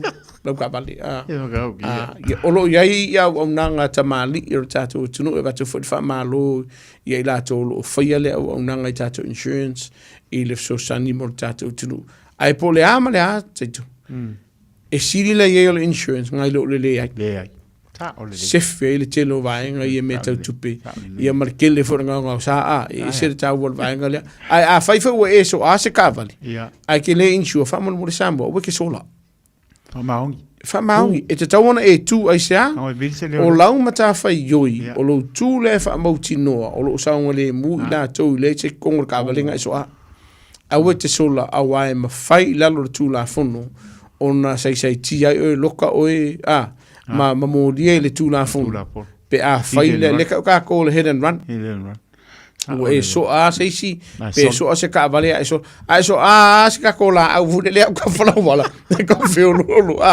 o lo ia te o te tonu fitu suma le luai tu like eroli pokem kanga se ngo so anga le ngi wala si a inga a fai wala ve se ka vale pe la ve se tas e te taua ona e tu e fa mautino ele o tu ngani manuanga fai se ru kala fa marie iai o le sile o foto anga le tunu a fai ke roa ka unga vidi leo o wangi se kia o i le waku fa makasala mo se fa marie no lo ko fai e ko ka ai se wa uma sola lo pu moni ana e ke fiu e ko e kudi au le aso solo ia to a si no vidi no tanga luenga leo fai e se fufuanga mo o e me se la pe ala virusa o le tūranga leo o i ela o saunanga moni pa maoni o tupu pe ngo fo ku ai po inisi o wainga nga po me ngo o ma o pole o le videse leo ana la sola fiu o ko lese kwa ko si lese o pa ko anga e taking ia play na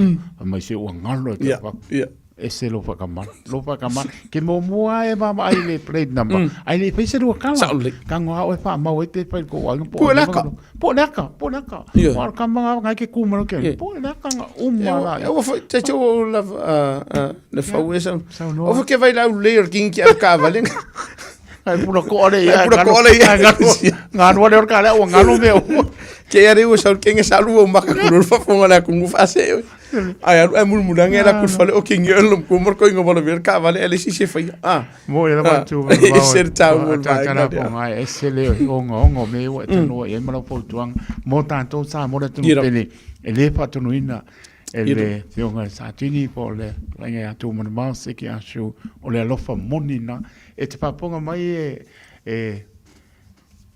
e pa ta la ponga no le proclame ina ia pa ngo fio talia ma tu yo to fil ngana o le o ia la po atam pa nga a mo le ngana mo ta to ma to po le ngana lu po le samo ta to talia me o ma o lo au ngangi mai alo le tu tu lo so fa ia le lo fa monina le pa pe o pa ko se ma ko me lo fa ma o tu po i me ia le o to e pa tu ia mo le le alo lo fa a mo le tangata o le le o inga nuenga ma me ai o ki la ko credit la ko ia no po fa nga lo le o na tangata o mo po mo limas po ke ale ya lu ngo ngai ka no mo le pe mai fa mata uno au wange e pisa meia e ko ki pokia e le se me a pa yo e pa fonga mai au ki pepe au wanga e ana sa o de ka wi ku la o le upu moni taito a fa we ngo fo ma ni en fin ko fa fo isi dem pan tailo ye a si vanga na wo ye ni si o vai pe ke algo ma passport o le si da vai fa mo le fa fo i mai e tus fola e le te tau lalo tu la fono l'immigration e le ma fa ye una e tau fia o le tus fola ne mo i lato ai e kupu me uma nei taito ono le fa maoni ma le fa ai ye vai ngor tu la fono en fa ina so so ni ate e pa fe e ma fatia e so so ni ate e mo ai ngai tu lang va ma ngai po de wo kulang po email nga pai pesingesi ya ka ko fa maongi po ya le si fa pia mi oton ha tanto po fia ke yesi la sila le me o lo fa maongi nga por ala pesingesi ka wa ki nga lo fa ma fa tu puere tu me le se a faile sa pa fa mangi pa wana me piki la como titia o le ai fai mo ko o le ngo so titia wa fa maoni e va tu fa maoni le tu no lo fa ya ka ko wa makiki ya esele fa mama venga fo ile tunu ai manga o lo lusputana ia mo kwa fa keu le lo dia no tala tato lenga a tu man va ia tai sa mora tu pere tolu pitu ta si lima I va tolu numera ia le fa tanga mai sa tini a tu man va pe ese me o fa lo pe sa si mai lo fa ponga mai ia tala no mai a o fa nga solo ma por kalambe manga fa no tolu pitu ta si lima I va tolu numera ese ta o tu langa le wo ia lo sa nuanga mo le fa tu ino tato uma aua e te manao le ia manu le penga manu le penga manao le ia ko mo po le ia amasa sai le penga ke fiu ko fongo sa o le siva ngolo ye te minne wa mai ta wina tanga nga le ua faisi malo si o le tango fia le tato tunu o fala fa saina o le pomoni te to mal fa fonga le tu o se fa fita o le fa ia si o nga te minne nei wa ave mavainga wa fia ia le vai tonu a inga la vai o le fautu anga mtanga luenga fa mon moli a fai o lo e tango fia fa fa saina ia o le pomongi ai fa sa ele ia si vainga moni le e fa sa se ia vangana wa ia se fa mauninga mai le mtanga luenga so fu malolo ina e fa kanga ngai ona e tango fia le fa fa saina tulo pedal vainga lo marijuana mana tua wa yesu nga wa foi vainga le u fa nga ina e limit mai tai fo mai mo nisio la tolo mo ngas kasi e fa la ule na tai fo de so ya ka ni fa la ma le pa me moni foi I awanga po no pa tasi o hangi pe pa la o mai ko ya o e saini o saini ta o le se fai kau no kang wa pa ka pai kau e pe pa mo le lim fa o saini lo e wan me ngare saini po pe pa le mai ka ko me ai o le me ka ko mai pa tai ka ni pa la ma mai pa na tu mai e o moni le e po pe ase ofisa ka ri e ke le ma lama koe wa ISIS e maa mlama ko re ngana peltania kango e mai wa e ka duolo lea pai kau le lei ia pai mero ka kanga ia ngau seki sengiro se va ko ka bala u Taropa Alo sai fua malo la vataito ia malo mo lo no yo le sa tini atu ne fiafi le malo Lol se fu monuia. Anga ifsiri kele wo manga ye fo pokala me wo o mala makwai. Ya ola ale ko ye ya se la ngonga I kula fongo fo ya la sa unga ko e molua. Ole mele nga ma wo sa ngonga la sunga shule. Fa e me le ka vale fa ka we le si ai fa lo ye les. Le la fa lo ngo e le ya nga ka le nga olo o alu ta vale lungo longa ngoa e ma fai e nga alu ko ave ese mai ka vale por sa ore pe ya lu vai nga taito mana ir sidila lu vai fai o karfaka o ta o taito ya le we la ka vale ta tala no la e le we mana mista vale chef so son o nga ba kulor ka vale fa pe tia to e ba kul ka vale le ke fa nga ai to fa fo I mer ka vale le pe a mana mi pe fo pe a mo si sa ta vale ai a faila we solo wele manga a merita vale fengol ko mai da ka vale ai a fai wo fa e le fa fi tau le o lo tupu o le mali li yenga le va ma tu ma fana wa malier tama fa ka merka vale e alu lo natali lo na fini ai con la ko fengetala mta upule o ngo le o yele lo malienga e amerika vale le la lo mo lo wakadi ai alu ia paying o ta vale le o le nga fakir ka magiki ia fengetala mta upule lo no winga o la o ye ai nga le o tu poi vai nga ia e tala no la I le no ia fai se so sani mo la to ai fai ka fa ka I ne fi wo kong I fa ka o merka vale ka o ngi taito fa ta o merka vale merka kila o lauta vale ai o man fale ka ngo fa lau ka vale I ka wi le vai o lau nata vale le lungo lo swafa e mana tua fo fa peo se ka vale o la kong I lalo le tu la fono e le mfaingo li warta vale le lo wingo fai o kaiku o taito ai ona ta vale o fo le lungo finance company e te le la no e ka ngo li ngalo mer finance company ko sor ka vale le ai se o le malilienga a uma oi taitu ai le o uma lea maliskanga ka po mau ma vanga le famulmuni ia o le mea ko ngwana le fia va ko le sili o le fia u ya ko le sili le vanga tonga le wa onga o le falongolongo atu fo ile le i kulanga i o promotion i o mai ya kakila le la e fa pea e fa pikola va mo ka fo i fa pe pengifiki ma pe pension e pe le la fa pe manga o mia le current o sanga kai fa le senge ma yese nga ruenga ku mau o le fesili la le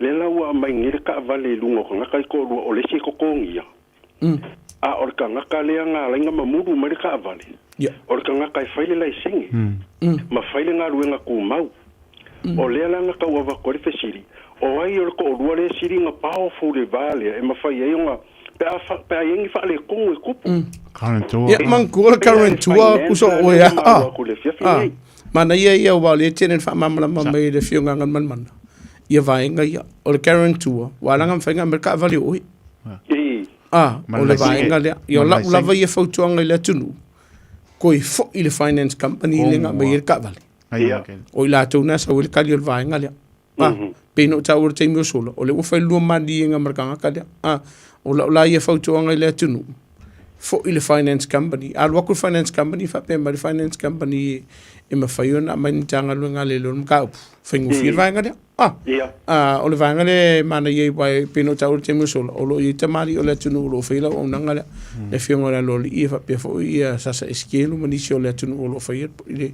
o nanga le o la tola ia ma mala le vanga le wa a fingo ka fa ka pe ne ta u ele ma fa ngau mai la lolo ngosi ilonga ua e saingi o ele ilo lai saingi ma le long credit guarantee o cover o nga mai le fafo o fa fi kauri mo foila e fo ia ku yaki o va enga dia o no na winga o la fo tuanga sa ili mo ala so sani ma le finance company por company ka kila nga mai lusa a fa o le fa mau o con ko mai le cover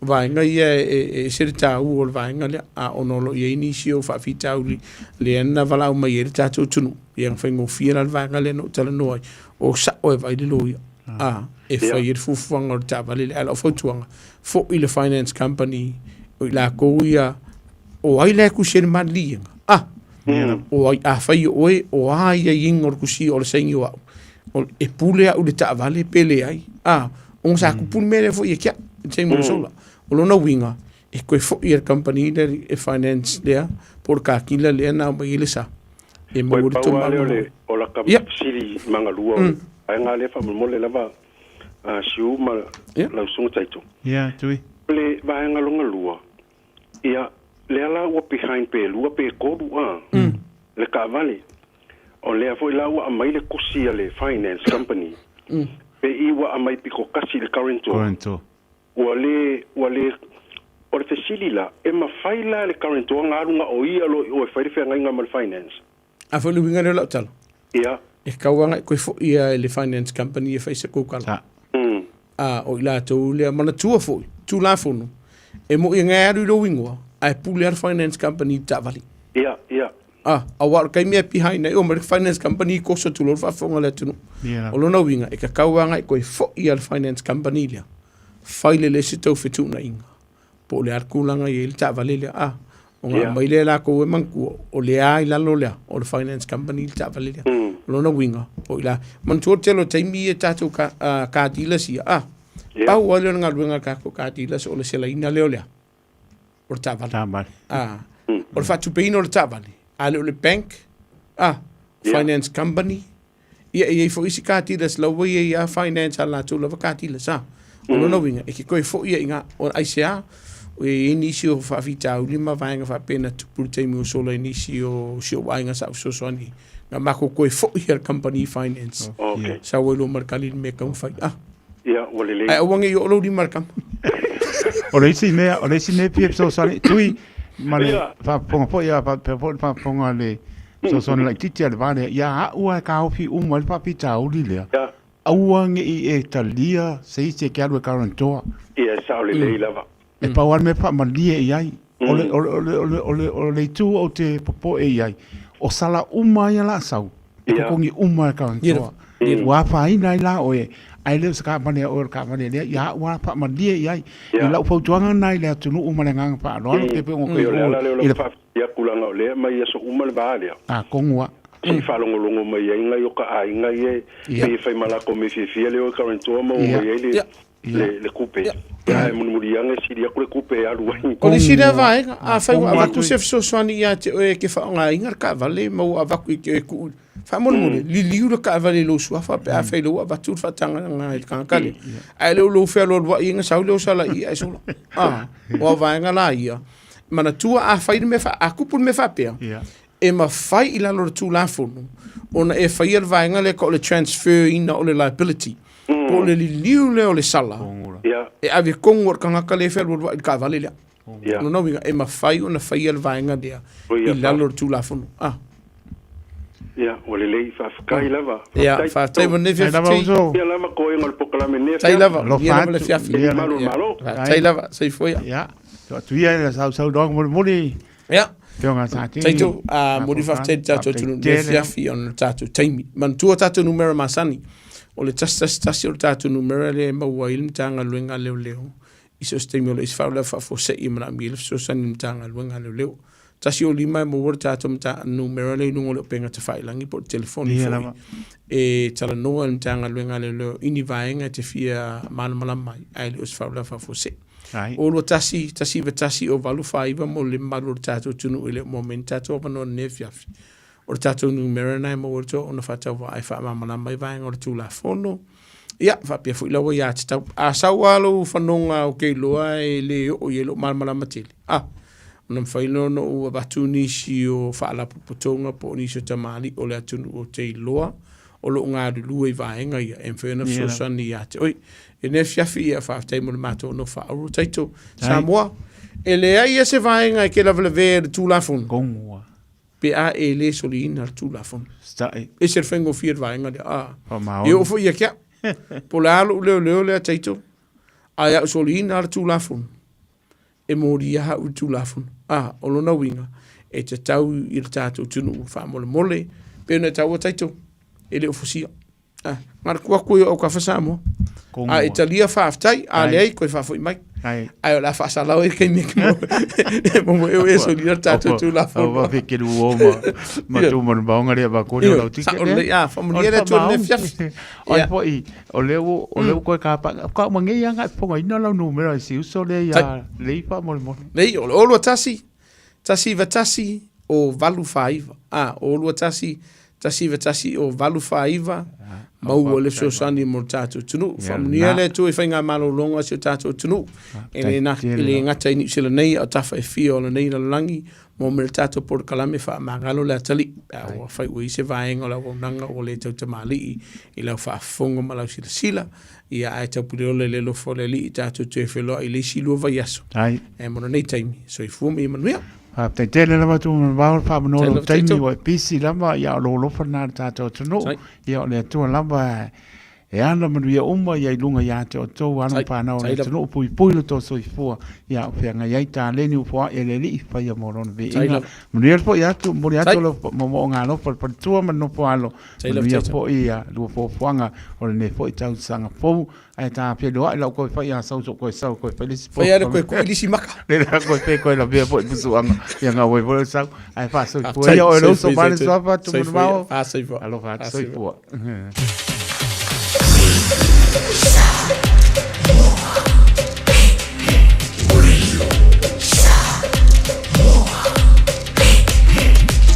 Tasilima i vatu amo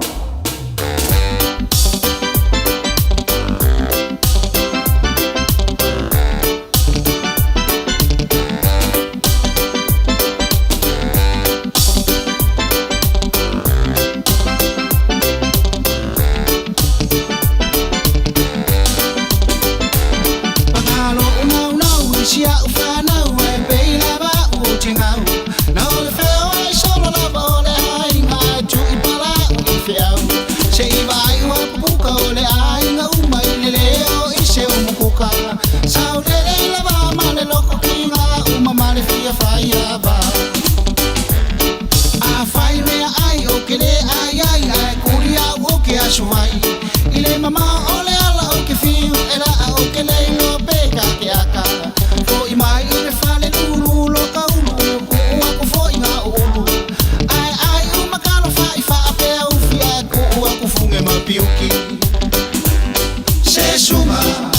sini ona fa uma o so uma I fula fula I lo fa ku I le umuka e tau chonga senga ele o se polonga saulo ka fa ko fa uma lo fia fa ya va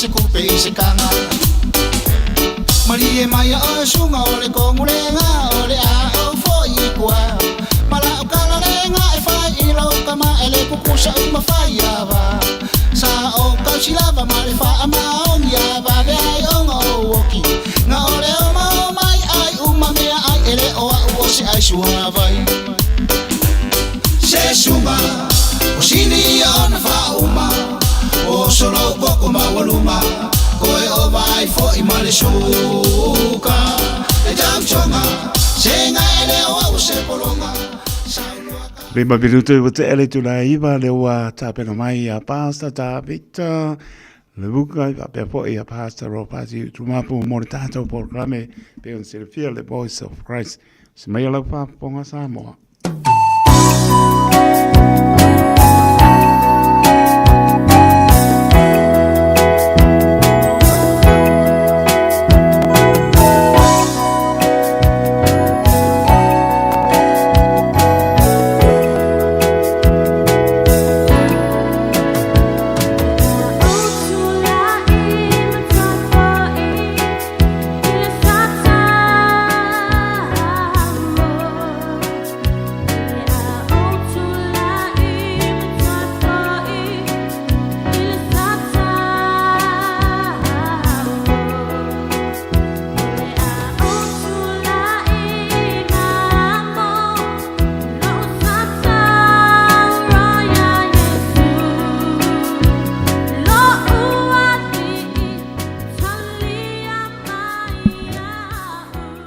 Tatu amata se tano. Taile tua le nei po. Tai, thank you Jesus. Mato wo o mai le amataino le por kalami. Hallelujah. Taile malosi ma le ola soifua o tangata. Io Yesu. Na to fa fonga ma maua mai le por kalama le nei. Praise God. Fa tai tele lo mato tua. Talo so soani mai. Fio mai oia nganga pa ia fa matala loto la upu. Hallelujah. Wa I mātou na o ni tangata whaatau wa alawa I mātou ma le vai vai. Ai wha moe moe ma wha lango lango I lau mana. Thank you, Jesus. E ngā lue mai le nei pō wha manuia e o le a wha fonga ma mai mo mai le poro kalame. Ia fo I ma ua e mese o lau au no tiute le nei pō. Ia iai lau manuia. A mata e oia nganga pa ia. Ai usivi inga o lau o fio. Ona o Yesu le lei. Amene ma amene. Amene. Ya. Ia le tua. Mo I whaatalo whātu le pa ia tele o lo tātou o tunu. Sa moa le atunu pele e maise lava I lātou o I lunga o le polkalame le nei vaenga o le fiafi. Wha maa lore soifua, maa lore langi e mama. Whaatalo whātu ma le nganga whaaloalo. Ia te o tau le nei pō. Mese foi au na tofia le tua. Amen. Ia whaafeilo ia tu lo o tau pa ia tele. Yes. So o lava se whata whai taulanga e le whaapito manu ia tasi ai te tonu. Ia o le tāpua inga mau alo tau au whai ngā ruenga. Ia ma le te talo mai. Ia e manu ia e foi whaiwa. Ma tiu tele nei pō. So ma ua foi whatau waa. Ia ma lo lava ia au na le atua mo tau fole tua. Ia tua asina sina ia whaafetai I le tua. Amen. Ma ua pia lo tau soifua manuia. Soifua malolo ina. Ia I le tausi ma le alofa mai o lo tātou o tua. Whaafeilo ia tuai. Ma le nganga e tumu le whaaloalo le nei vaenga o le popo kalame fo le nei e masania ia solulu o le taimi o le filinga. Ia oi. pe ona tātou iai a e soifua ma e whaafongafonga mai, ua tātou iai le vai tau ma le vai taimi, ma aso ua tātou iai le nei vai taimi, o le tātou filifili whaatasi, ma Yesu. Amen. Ioe.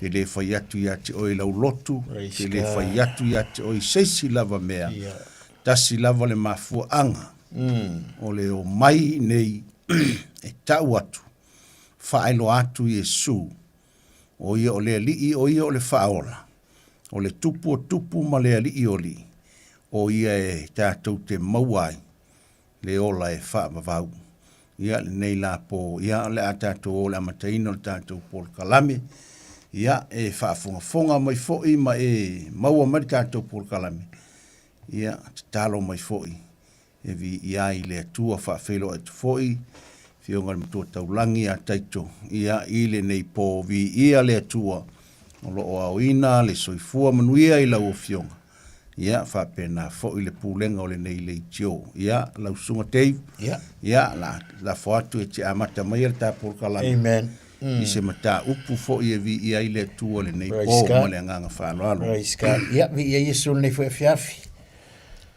Na toi matatonu Samoa, ia. Wa mai a fo ia taringa sua le fiafi. Ia misalo inga wa makan koso lo palangi kini pola moi. Ia. Ia e whaftai whamalu lok ngi ke uma whangu ko e ngara e moi. Ia al whangu lenga ngi po. Whalongongo le upoleri ia o ngā fo ia. Ia e tō mataua fo ia mamatanga o fie fo ilau tō whāne nei po ke moi mai mafo whau deri. Praise the Lord. Ia le a maus tātou tusi whaitau nei e fiafi le tusi ale e peru alo nam ta upe wha. O le autua lam ta upe wha pea.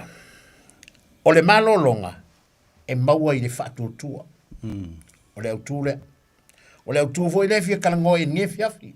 Fia wha mawhainga la le upu le whatuatua. O le malolonga e maua i le whatuatua. O le nei, i tātou whiwhiwhi, ina watu ina mai pea, o le upu, ua fola mai, ia sao atuai i le malolonga, ne i ai so o tou, whaale o atu, iai, a wafoi, ua tala ina mai i tātou i le tala le lei, e pei o i nā tou, a ua lea o ngale upu na lātou whaalongolongo i ai, ina ua e whaatauina. Male whatuatua, i e na whaalongolongo i ai. A wā tātou te sao atu, a wā tātou te sao atu i le malolonga o i tātou o e ua whatuatua, pei ona whetalai mai o ia, pei ona o tautō i lo uita, lātou te le sao atu lava i lo malolonga, o le malolonga lava lea i ngā ruenga na whaia, ina ua uma o na whaavaina o le lalolangi, ia tātou amakai ngā whai upu abati.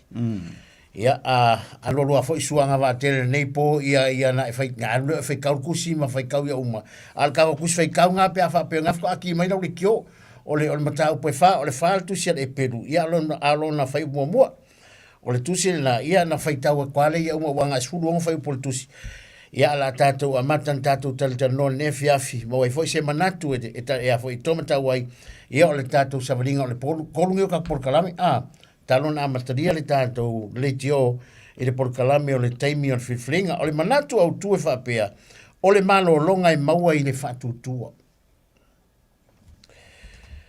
O le visiri o lana e meka o le malolonga. Ia masalo ngā e kofuaka ko umarkat. Ia o le malolonga i le tino nei. Ia e peiang kako lau sila fia ma kako iloa. Le me ta o le malolonga ia pe ongo fuanga ia fo ia o fausia le city council e pe o le alu lo wedding konge ma le saunga ngi ia o pe ongo fuanga nga fo o fau fa piko le malo e fa tau mo tangata fio ai ia o ngango fuanga e ka o ongo fuanga e malolo ai e fa ia me ka usami ma malolo ai ia ukur ka vale de ngata fo ile ai malolo ai fa singa malolonga la kikinga ia lava le malo si ia ngo ko travel ai lea a kongo lesin nga winga o le upu lea o le malolonga. Me fo ilai fai e ma fai ona fai ma ma malolonga ma me tātou te malolo i ai, i kaimi fo i o whemalanga inga ma taimi o tā whaonga, ia ma kaimi o i wanga. O le upula ngā o le malolonga. O le isi malolonga i o le malolo hoi ngari, mga kua le kala kuspa i e ongo aso e whaingalwe ngā inga, ngā whaingalwe ngā Yesu, whaingalwe ngā fo Yesu le au ai au le po ua moe. O whaisanga malolonga whape ngā moe la kākou. Ongo aso le vai aso e ngā lue ai. Ia le aso fitu, ia peo le aso ngā e malolo ma malu loko. A le malolonga la le fia tuli le fia file nei. O le malolonga e maua i le me tau o le whaatutua. E peia ona tau tala fo ile i oane e tolu whai upo suma le ono. A wao whapea lava na alofa mai o ia le langi na ia au mai alo na alo pele to tasi. Mai leo le tala al tuspa ia ina ia le whano se tasi e whaatutua ia te ia. Ai maua ia leo lai whaavau. Ina ia le whano se tasi e whaatutua ia te ia. Ai maua ia leo lai whaavau. Pe a whai e whaatutua. Lona winga. E so se tasi ai kalikongu. Excuse me. Ma whaatutua. I le upo le atua.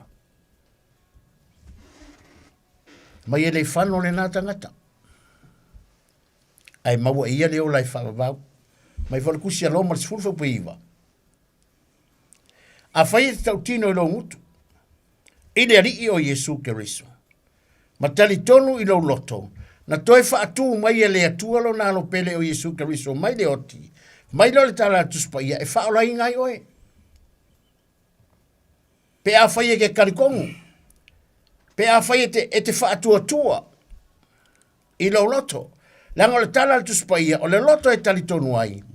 E o mai ai le ami o tonu. A o le ngutu e tau tino ai. Fa mai le kala tuspa ia, e o mai ai le ola.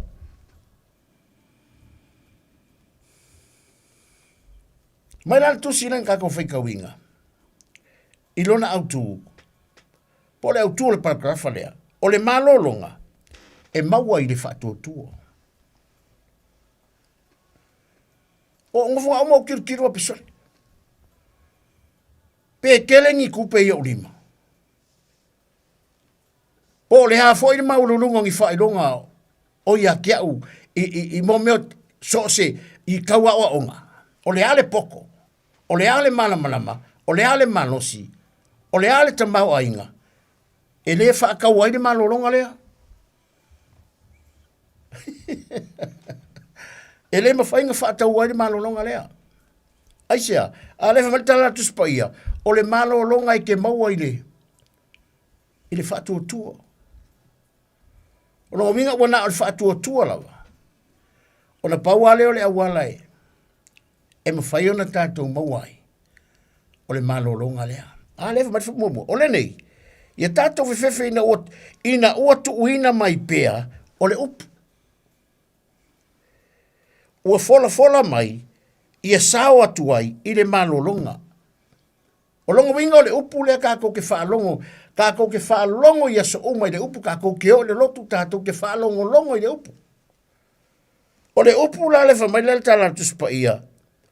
Ua fola mai. O le upu lea ua fola ina mai. O lea kako ke whaalongo iai. O le awala lea tātou te sao atu ai i le malolonga. Ne iai so tātou e whaale o atu iai. A le tāua leo le. O le tāua leo le upu. O le upu fola. O lo kako whaalongo pe iai o alanga pe le upu lea. Whai mai ina ia sao atu ai i tātou i le malolonga. Whapewhiana tātou sao atu. O le upu. O ai le upu. O Yesu le upu. A le upu le kako ke whaalongolongo i eire pōle nei. Le laifa mai le tala atu spaia. O le nei, ia tātou whiwhiwhi. Ina ua tu uina mai pēa o le upu, ua fola mai. Ma ia sao atu ai i lona malolonga, ne iai so o tou e whaale o atu iai. A le tāua. o le upu whaamamafa ni nei po, whātuatua. Le whātuatua fo ile nga mafuaina. Nga langona i whawhinge i runga loko, le whawhinge fo ile sa mai, se fulu male lua tausanga. O mai e whawhinge. E whamai le tala le tuspa ia. Ina ua whita ia i Yesu man whawhinge. Na pa i Yesu, na pa i eire whawhinge i le ofu. I tu pāo ofu o le ari. Mai na langona i le ari. Ua amata na leise mana. A le maa ngai o le pai nga pai eire whawhinge. Na pai ma le taritonu. Na pai ia ma le whātua tua le whawhinge. Awa anga le whaakua kua le whawhinge. Nga pai le whawhinge malonga karikongo malonga whātua tua. E le aise manga. E ngofu ale manga ia Yesu. A le tāua o le whātua tua. O le whawhinge puna toto. Se furu ma le lua tausanga o mai ni ngai whawhinge. A le teimi na whaalongo o le whawhinge. Fita iai ma Yesu. Ia le kaimi foi le ngal waku Yesu e whaamalo lo foi le mai o le whawhinge o le tangata ingo ia hiro. Ai al waku ai ma le whawhinge re i. O le ise ava ngol whawhinge ia. Kolo al whawhinge i lunga loko 48. I lunga loko karikongu ma lunga loko whakokua. A whai ia o ke pai. A whai lava o ke pai. O singa pai ia o ke pai. Ngā o loo fia pai ia i tū pā ofu. O ke malo loa. O le ale taunu unga na o whinge. Ngā malo loa. Ngā malo loa le whinge la. Mā fuesia. Pai i le whātua tua. Pai male taritonu. Whamale tala Yesu. Lo uafa fine. Ia whaaloko kele oe. Ia e loko kele. Ia makuai. Ia makuai loko kele. Ia makuai kele elo loko. Ai alu. Alu. Ua e malolo. Ua e ola. I lou. Wha tua tua. Ai kako whaalonga kako makau. O le malo longa. E maua. I le wha tua tua. O le malo longa i ke maua i le whaatua tua, e mai le ionge, e kolo wha basuma leo. So se tasi e whaatua tua i atea. E le whano. So se tangata whaatua tua, so se kangaka karikongu. Pai ngara karikongu. E le whano le nā tangata. Ai maua e ia o le malo longa. O le ola i whaavavau. Peo kako whaalonga ngipo. O le nei e tātou whiwhiwhi. Ina watu ina mai pēa. O le upu. Ua whora mai. Ia sao atu ai i tātou. I lona malolonga. Ne iai so tātou. E whaaleo o atu iai. So se tasi e whaatuotua i atea. E le whano. Ai maua ia. O le malo longa e whaavavau. Mai fori ane sumal wha. Awa le atua tuwale o tau loto. Whaatua tua mai. Whaatua tua i le atua. Ana whaapea leise meno no whai o tau. I le maota o lau tama. I le mea o lau iai ne malo longa. Se manu o ke alu e kapenga. Ai a fai foi o ke alu e kapenga, po o ke alu e saungi se meno no whai o tau le maota o lau tama. O ke koe sau.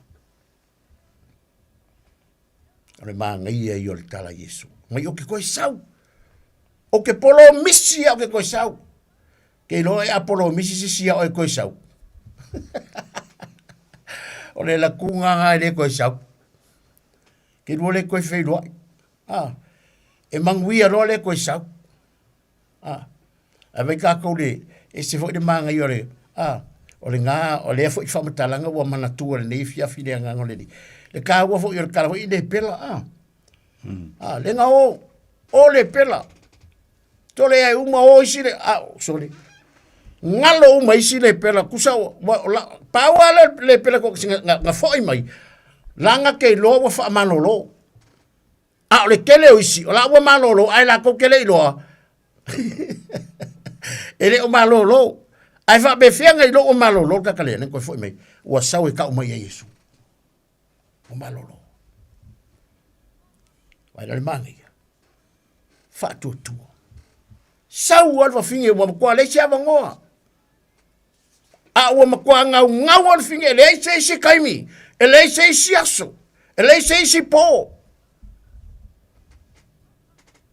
ina wa fa longo le finge ya Yesu se fono ma le lua tausanga o mai puna toto le fine lea fa mai de kala anga le mai le finge lea o manga kupe fo mai kele fo mai ngan wai on olong ta mau ainga walu ide kausa ilinga se fo inga ye koe fa fo sia le mai le finge fuma lu kausanga o mai puna toto le fine ai na wa fa longo le finge ya Yesu le asole ele koe fa kali fo finge a o pa ia ngalo fia pa ia ku pa no se ngale fia mau la singo wa vango ke pa ia vai manga yo le loko ngi fo finge pa ia fo finge fa lo ko Yesu ese me wo ia le semana ai sea pa wala me nga yo e manga wa ia le fa tu lango le kakalo e fa ia le fa tu e malo lo e mai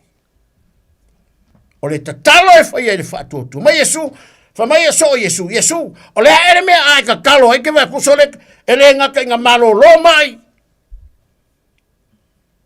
savali de pipidi kau kala le ngungu pupula le tawaso ma kau kia va venga e ke fa ia la e me ke fa pe ai ma ko fiu ma ko kakalo ele malo lo angi mai kalo kwa yo la koma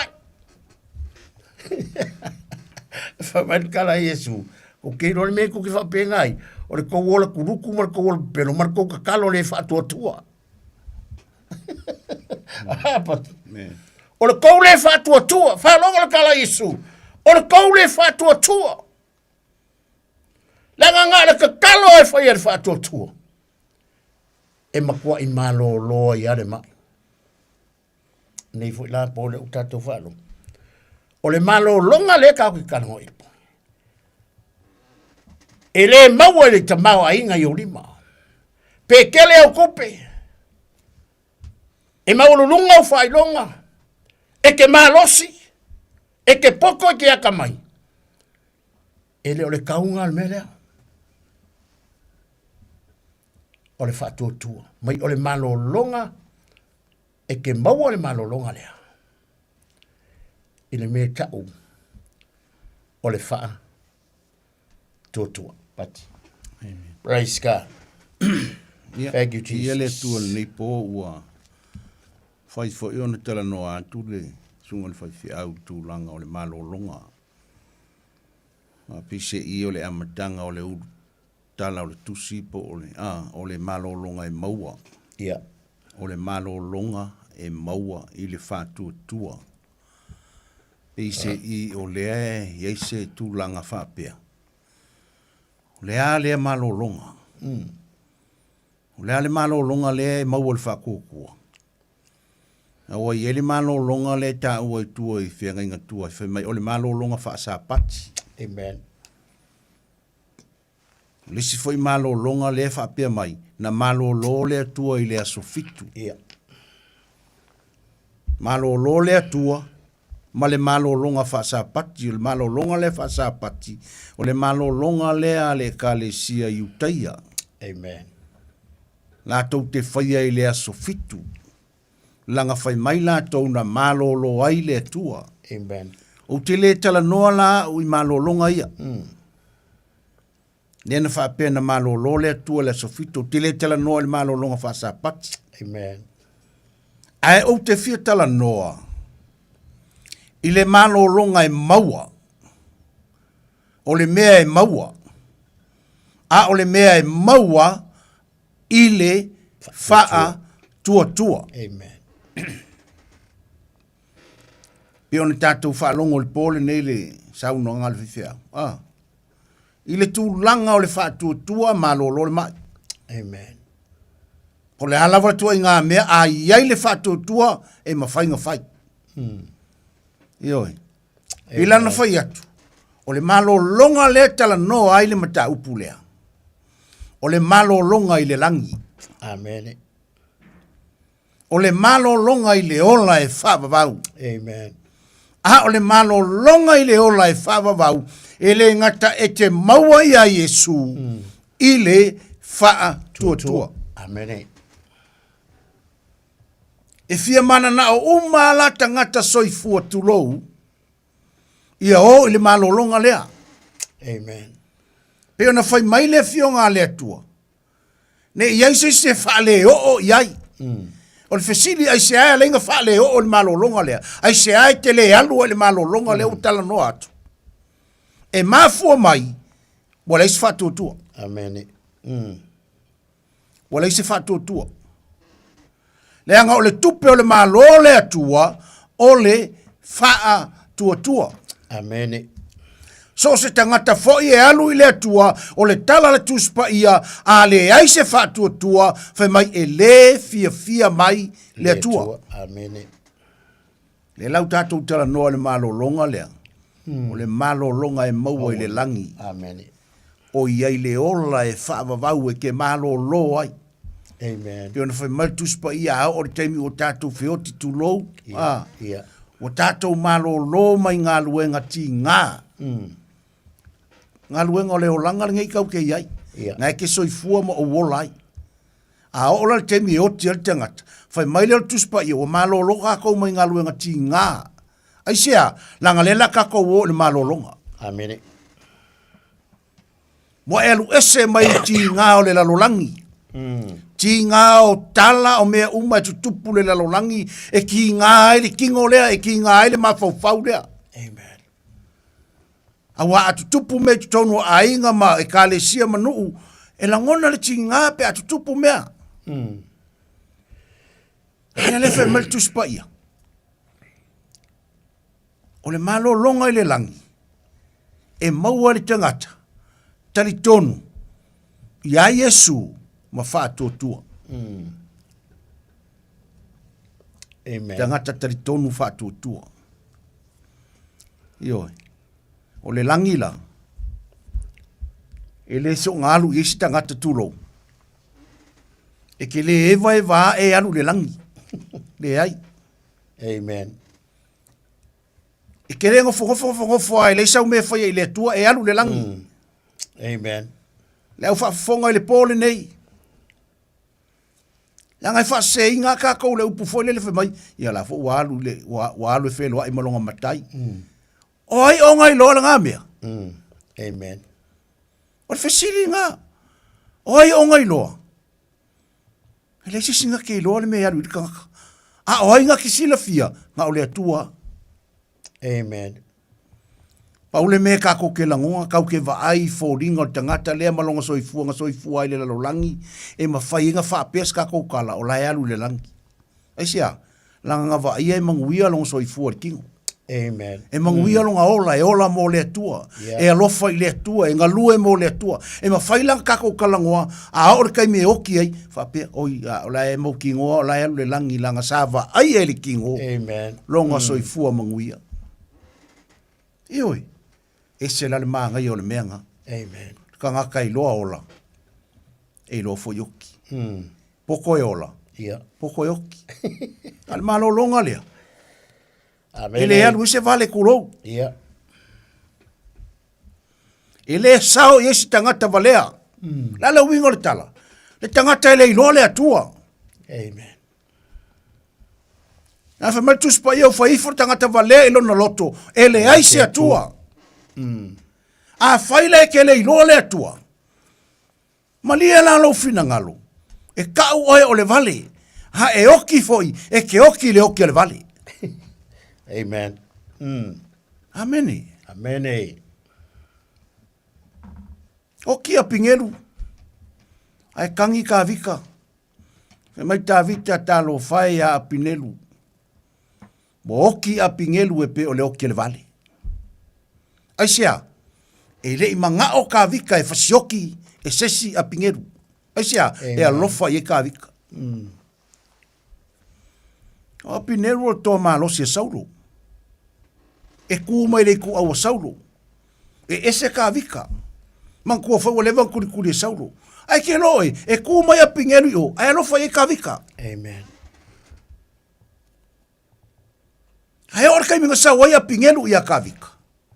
Nga ora kai minga le ako e whai a pingeru. Nga whai a ka vika i, ia i opo monga uso.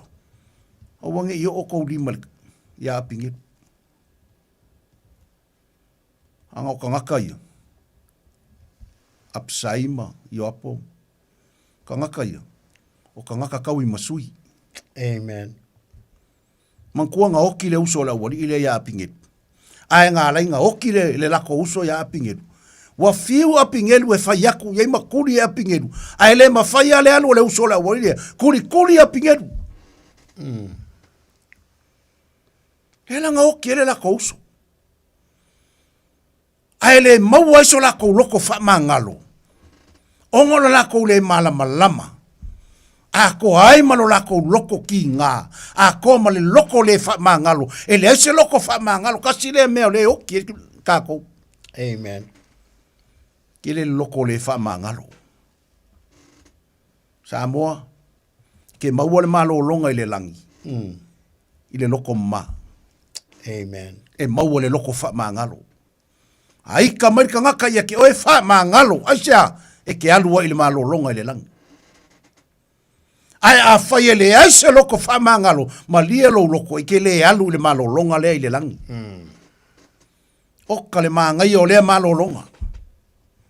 Whai mai e leko i aise ki ngā, e leko i engilo i maka, e leko i aise oki, e leko i aise ika, e leko i aise kau i masui, aia, ngā oli aso umma o le olanga, e whaavavau, oli le malo longa lea. Wow. Amen. Praise God. Ke fia alu le malo longa lea. E ke fia sao i lea malo longa. Ale fe mai kala kuspa ia. Ia tātou fefe. Ina ua tu ina mai pea ole upu ua fola mai. Ia sao tu ai i le nā malo longa. Ole upu lea. Le upu lea le fola. Amen. Ole fola ngala ole upu lea. E tupu ai le loto whātua tua le whālongo le tangata whālongo. Pe o whai maltus pa ia. E tupu le whātua tua i le tau longo. Po le whālongo i le upu. O le upu le ke aru le langi. O le upu le tātou te sao i le langi aisia. Lango le upu o le atua.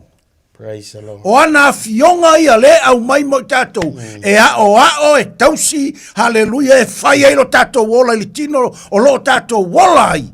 Ma kako sao aku le malolonga. I mga o mieli e o le upu. Ale whi mai e tātou whiwhiwhi. Ina o tu ina mai pea o le upu o fola mai. Mai. Amen. O asongi. O ka ule fefe ka ngaka le upo le atua. Amen. Wa so nga fai o langa o ka ngaka ri pasta. O so nga fai o langa o ka ngaka o le fefe i le atua. Praise God. Yoi. Ai ngalo ia tātou le fai mai. Ia kako fefe. Fefe lea i le upu. Le upu le fola. Le fola ngei. Kai au ia isi fai fe au e fola le upu. Aso o le vai aso. Se o le aso sa, o fola le upu, le fai markus pa ia tātou fefe.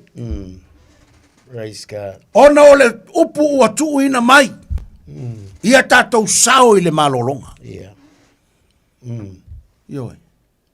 Ke nola a kako kausi le upu. A kako kausia le upu. Le upu fai markus pa ia sai le amatanga. Sai le atua. O le atua fo. Wal mangi. Amen. Mai sai le amatanga le upu. Sai le atua le upu. O le atua fo i le upu. Le upu le Samoa. Le fola. Le fai mai. Kau ke fefe ia. O kele o kako o kele o kangaka ma soi fuanga i le vai kai mining e ua. O sili akuru fefe i kangaka i lo le fefe le upu. Yes. Amen. O kau muli isi ka ngaka o le fefefe upo isi ka ngaka. Wau suru solo isi ka ngaka ka luar fefefe upo isi ka ngaka. Samoa. O le fefefe le ia wa. O le fefefe le ku. Amen. Sa o si tasi o tangata o le atua vo le o ke le ka ua kol sua fol ko inga. Ai fai so o alanga tala le whapia. Mele ye kako. O le fefe le ku. E le fefe le atua. O fefe ka kaka. Amen. Ino o ale upol kuspa i fai mai au ke fefe le fasi le kingo. Ai fai mai e fefe le kangaka e fasi le kingo. E oki e kingo. Oki ma le anganga. Amen. A ola lo wanganga i le upu. A e kausia le upu. Le upu le fai mai sai le amatanga. Yeah. Sai le atua o le atua fo i le upu. Amen. Na le makanga le upu. Le kalango ia Yesu. Tusi a Ioane mta upu mua evangelia. Mai sai le amatanga le loukou, sai le atua o le atua fo i le loukou. Le kalango i le upu. Sai le amatanga le upu. O i le upu. Yesu. Yesu. Amen. Sai le atua le upu. O i le upu. Yesu. O le atua foi le upu. Yeah. Amen. Ngai iai le amakanga. Yes. Fai mai skangaka. Ele iai Yesu le amakanga soli. Kuspa iang fai mai ngai iai. Amen. Ngai iai le amakanga. Ngai noa le atua. Ngai le amakanga. Ele iai Yesu le amakanga. Fako afanga uma Yesu ia Maria. So mai le au soi mai le au fafonga. Ko afanga uma ia Maria. O leva ngai iai. Leva ngai iai. Ngā la inga ui mai a Maria. O le lavea inga o kākou e ala i le whaolatanga. Yeah. A o le vanga i le makanga le upu. Ral mei loai. Ai lo le kuso kenesi. Fe maritala le atua o maia. O ai le whai ai. Anganga pa ia ma Yesu. Ma le atua le tama. O persona i e tolu o le atua. Le atua le tama. Le atua le alo. Le atua le anganga pa ia. Ai kasi aia. Amen. Ai le makanga. Praise God. Ngai lea makanga le whaingo kākou. Ngai lea makanga le whaingo akamu. Hallelujah. Se mai sai lea matanga le upu. Sai lea tua le upu. O lea tua foi le upu. Le upu le nga whangau mai a Maria. Liu tino tangata leo le upu. Sau Yesu e whaasingo kākou i le tamaa. Ma e al ngā ruenga Yesu nga whai ngā alu le la au alu tunga mau malo mai le oki. Toi tu manu malo fa mai o ke alu lo ka ma mo lo o to tama. Alu le langi le up. Amen. Ai sau le nga pa ia fa mai Yesu o ke alu e awina mai le nga pa ia o le feso soang. Le la nga lu le nga pa ia ya tato. E tu pol mo loto mama. Amen. A sau le nga pa ia tu pu le loto fia fia. Praise the Lord. Tu pu le loto fa mangalo. Le se o ngā le loku i ke alu, le loku a ele loko wha mangalo, mau kaimi. Upu sa o ai ko wako. Amen. Nanga le upu le atua. A whai ke ko anga le lotu a e ke le loko wha mangalo, e mau le kaimi o lau loku. Amen. Nanga whai mai Yesu, a le i whai ale kaulanga whai mai a, alu e wha le lei e ko ule kaulanga. Yeah. So mai le au so e se ko ule loku a alu e wha le lei mkanga kanga kei kai. Ele sao ka kon malolonga le. Ele o le malolonga. Amen. Ele o le malolonga. Praise God. Ola le mere kaunga whai whako kua ia Yesu e ala le upu. O Yesu o le upu. Praise the Lord. Ma liu tunu tangata le upu. Yeah. Mai sa mau o ia mai tātou. Ioi, whale maa ngai a kele o ngā ruenga le upu. Yeah. Leo whafonga le nei pō ma le au whaalongolongo. Ka ua ka kou kausi o le upu. A kausi uma sa mo le upu o sole o le whaingo fie i o mea ka kou ke whaia. E o i ko kongo le loku. A ka kou kausia wha le leile upu keiloa o le whaingo fie i o mea whai le loku. E oi. I le aingi makua fe vai a inga mangi me ko kupu ko kongu aisia la ngofo le upu kangaka. Ai ke loa e ale ola uma kangaka le upu. I ole me maua e alo lua misa. Alo lua fe kawai. Alo lua fe furi ai kua. Aisia, o le se upu. Wale se upu. E manga o mia ka ko wola le upu. Amen. Kausi le upu. Pero kala kuspa ia fai mai elenga o le upu ma le ngutu a le amio ma le fa maongi le upu. Nanga o le upu anga o le atua. Yeah. Na liu tino tangata. Sau o ia o le persona atali. Sau e faile ngā luenga o le whaolatanga e whaafo i kākou, mai le kākou wanga sala mai a akamu. Ma hae ala ngā luenga a Yesu, peo na whai maila na sau noanga i lungo le sa tauro na sau noanga muli muli, ua tau nou ua maea. Boma. Amen. Ele mātai o e lima whai upo sifur fitu whai mai. O kere i sau e ka kala le kula fongo. Aenga o sau e wha tau nou. Amen. Praise God. Whaftai le atua le tula fono. Yeah. Whaftai le atua. Ngā kausi mai ei i sala elu. Mang kua whanga whaaluang kusi papama. Kusi mua mua. Nguki papama awa kongi ilalo e mose aisa. Whalong kakao le ngu. Leus kakai o le ngu. Mang kua mose whea ngai ma le atua. E alu mose au mai ia feta lainga ma sau noanga le atua e vaku le ngu e olai. E foi mai mose e se alimea le foi le ngu. Amen. Kele ngau au loku. E alu foi fe au e foi mai fe au ka pe apela au loku. Ocha. Ile ola ka ngaka ile upu. Amen. Ile ola tangata ile upu. Yoi. O lau te tala no atu le manuia o le atua, a manguia ka ngaka. E o uma le malolonga lea o lea, o le langi. Amen. Praise God. Ngai o le pese fo le pasta, o le langi e longo maadie. Yeah. E sea, langa o le malolonga. E malolo e tangata fatutu. Ia le file mo. Ia le file mo o le atua. Yes. Malolo e ka ngaka whakokua. Lea whaafonga le nei po. Amen. Ai fia alu le malolonga lea. Kausi le upu o le atua. Whakua kua i le upu o le atua. O le whakua kua i le atua. Ioi. Amen. Yon whai mai tātou tusi nā e peru e. Sutasi ali pasta. E mai a o le whātuatu. O le whalangolango. O le whalangolango le i mea o wha moe moe ai. O le mauti noa le o mea e le o wa aia. Mauti noa leo. Whalangolango i mea o wha moe moe. Whalangolango i mea o wha moe moe. Le ana wha moe moe. O le langi. Jesus is. Mauti noa o mea le o vaia. O a mea kako ke le o vaia. Kako ke le o vai le tua le tama, le tua le alo. Ma le nganga pa ia. Amen. I le kingo mai. Aia, a le kau ke wha kua kua. Whai mai la, a o le wha tua. O le wha lango i mea o wha moe moe. Kako wha moe moe le langi ma le ola e wha vavau. Lai ai le tua le tama. Yeah. Lai ai Yesu. Mle nganga pa ia le kako ke mafuka ri kai mingi. Kako karikong. Kako wha moe moe. Kako wha kua kua. Kau ke maua le malolong. Teo whai akur whai au ngei po.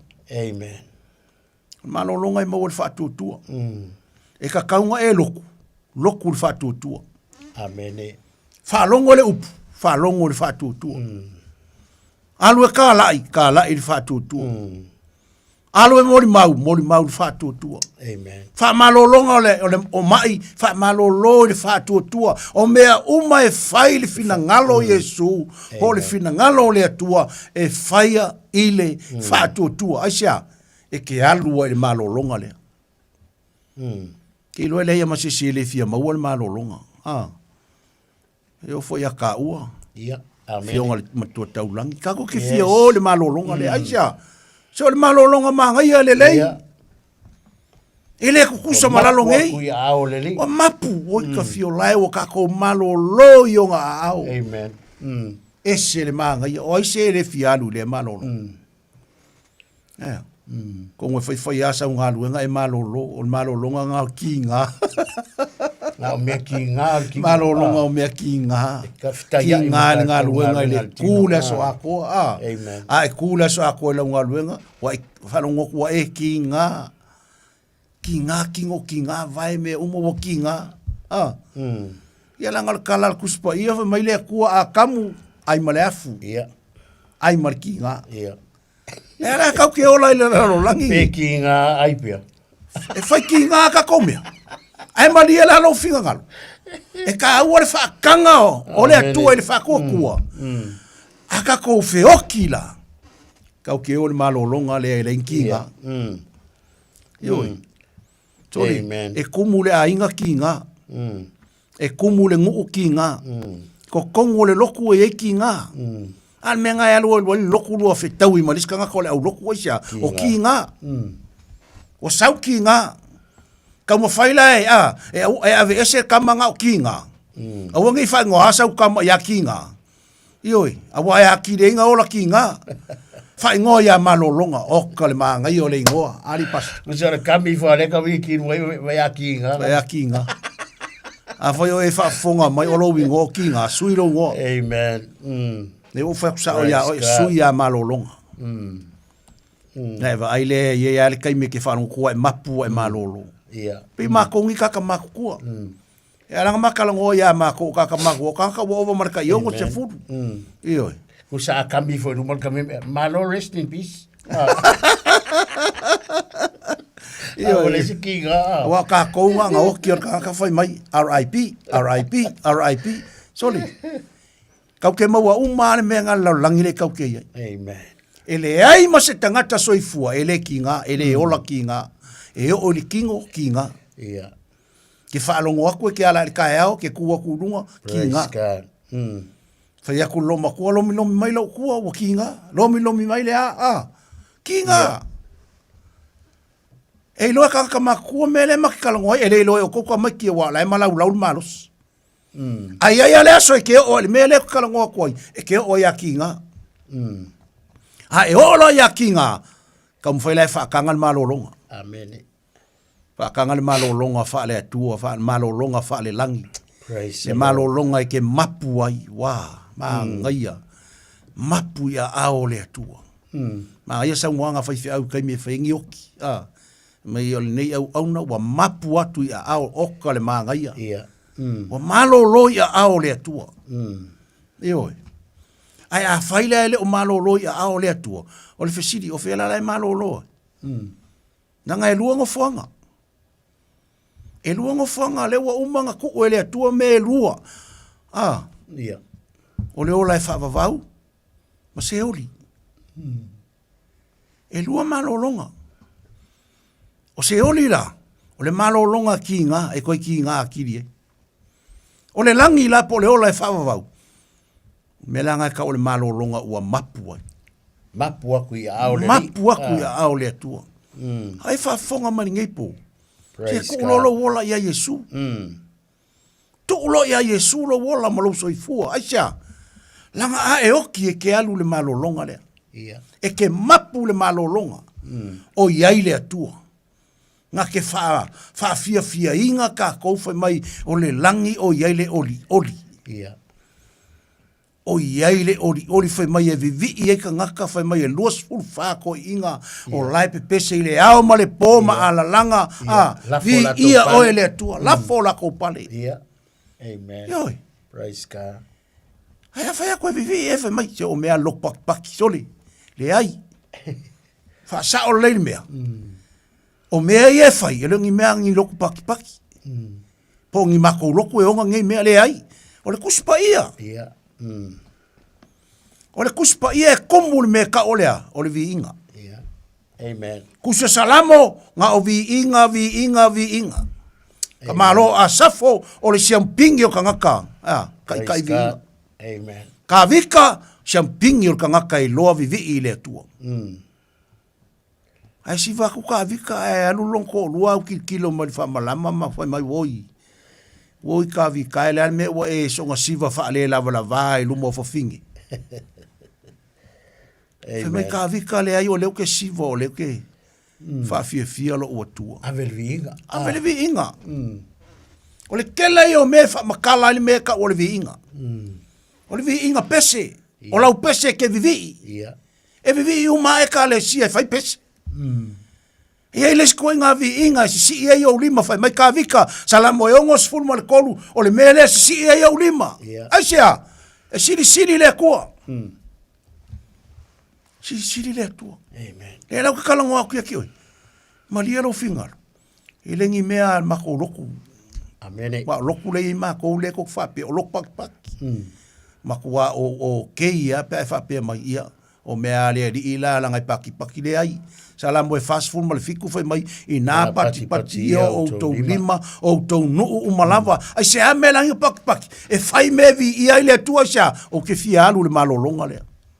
O paki foi o taulanga. Taulanga pati. Amen. Taulanga. Praise the Lord. Ai ma ia le pese foi le ele o foi pese le o pese foi le foi mai. Kau kire fa o fole aku. Ka ko me fa. Na ka ko ka lo vai ko ki alu lo solo ava mau a. Mau me ngai fa lo ka lo le ko so ele o fo le aku. E ke fiu e vai au kala ngai le o fo le aku. Ko a o fole tu pe a. Pe a ele liu fa tu ia ke ia. Amen. Amen. Vai fa finge vo le Samaria. Fa ku Yesu mai so wing. Ai lau mai finger kula fongo la ko. Yeah. Mai le fi avia ia ka ko me ari. Samaria mai kai. Samaria mai kai le fi avia ia ka ko. Mai ele se me va ko. La ngal kula fongo. Merkala Yesu anga e lo le me fo ai fu. Yeah. Wai ole mai. Te mangu wa e fai mai e va. Halongo mo fa fingi se asa ngoanga le tangata. Le kau e se ngai kalangoa mai fa finge wal finge ia le mal mala markus pa ia fing. E fai as fale ko ngol fing. E no foi penga lu ngol vai ngalu su e me nga. A wa ke ile lu ku e kau ia mal kanga kai ngo ia Yesu. Anga uma fa ko Yesu ia lu e mai au kangi. E mai ia ia le ngi au kangi. Fai so o ia vera. So o ia me nga ele ngi au kangi. O ila nga sui e fa lo ngonga le fa fing. Fai mai lo le fa fing.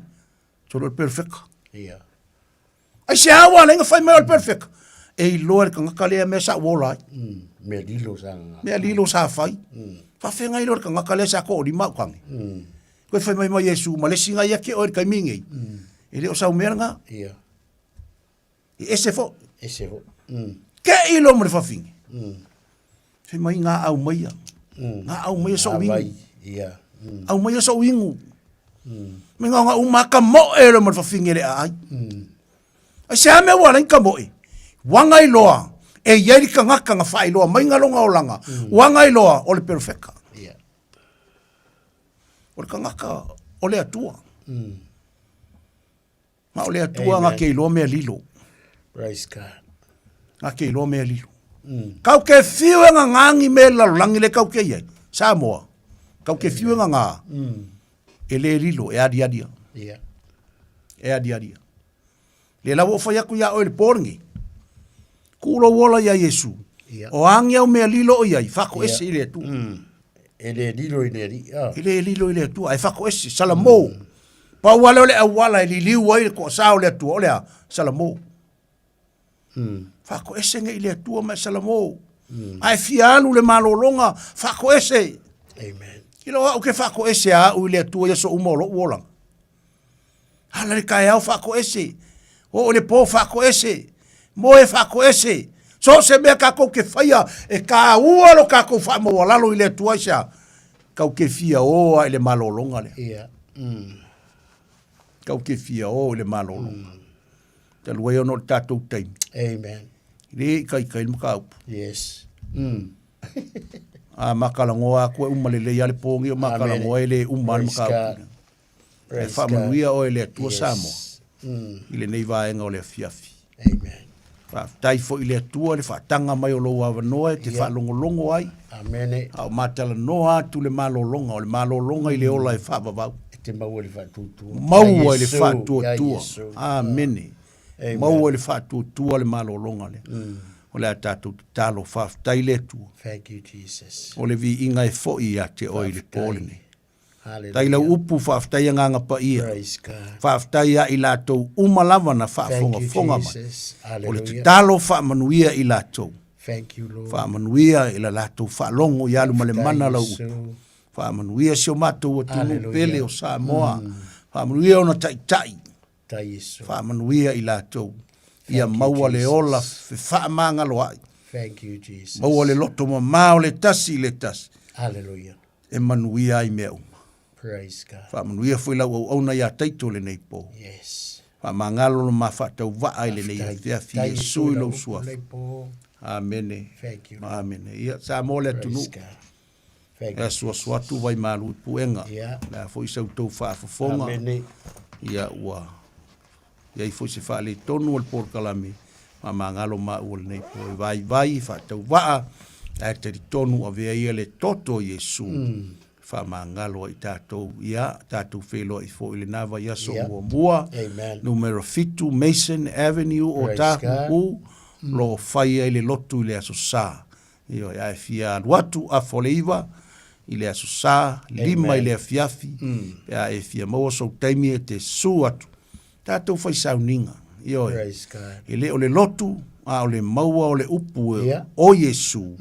Tātou te saoa i le malolonga ia tuatu lau sunga tāwita. Amen. Ia ona sumleiva, Rosebank Road, i ngai Evandale melo il tātou whasa, tai au tātou whono taro le ono le fiafi lau koe pek tātou porkalame, i porkalame masania le lotu i le neitau sanga, tai au la tātou whono taro tai au i le ono i le fiafi, tātou sauringa le tai au le aforewalu le sa, ia ma le fiafi le aforewa, ia si ia lako ia ngā kaimi ke le siroko koe whaia, ia ai e whaamuni e tele le tua sa moi to whanga le nei po tātou tue whairoga. I lewa iaso mo le whawina po kalame o le teimi o whiwhilinga i le soifua manuia, ia ma le ora tulu i mai le i tātou tue whairoga. E whaaso i fu ia, ma ia mnia sa mo to whaase fo teitu, ono sofa isu. Amen.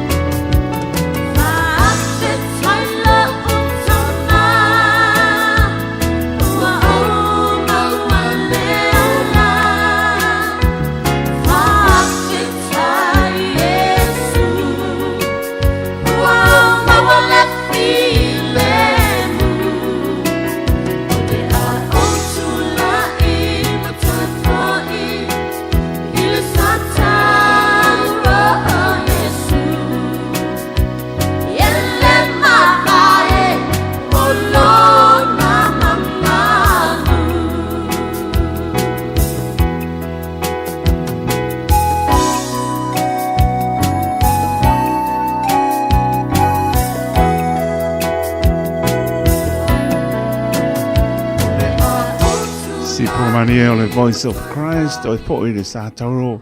Pa mai atu ai le tātou por klame pe pa pol maro le atunu taimi o le whiwhiringa o po le ola sulu o tātou vai o le mam lama o tātou wana. Pen te pena ina pasta ta vita le buka pa pe ia pasta ro pati o tumapu mori pa maroma pa tai ia na au ona fola ia me se to mtawina pe o to se fomo tātou wol ia fionga pa ia lo tātou tua ta ia na lea mo i tātou loto soifua ma mātou wola whanenganga po i vi inga le li po klame saunia ya pa ia mo vi inga le li manuia po ia tu lungo ala pasta tamita pe po ia pasta ropati nia po ngā benga le li oropa pe na ngā wei to po i mai po tato po klame le na ile ba ia spo pe tato dia ile alofa maranga leo lo tato tua to runga sta tua pa tau wale una nei po le spai bai asam so na mau pa mangalo le ona pe so po tu langona pa to ese a taito pa mangalo mai ona tato sia pe tato ile anga leo le li le tato no po pe arfani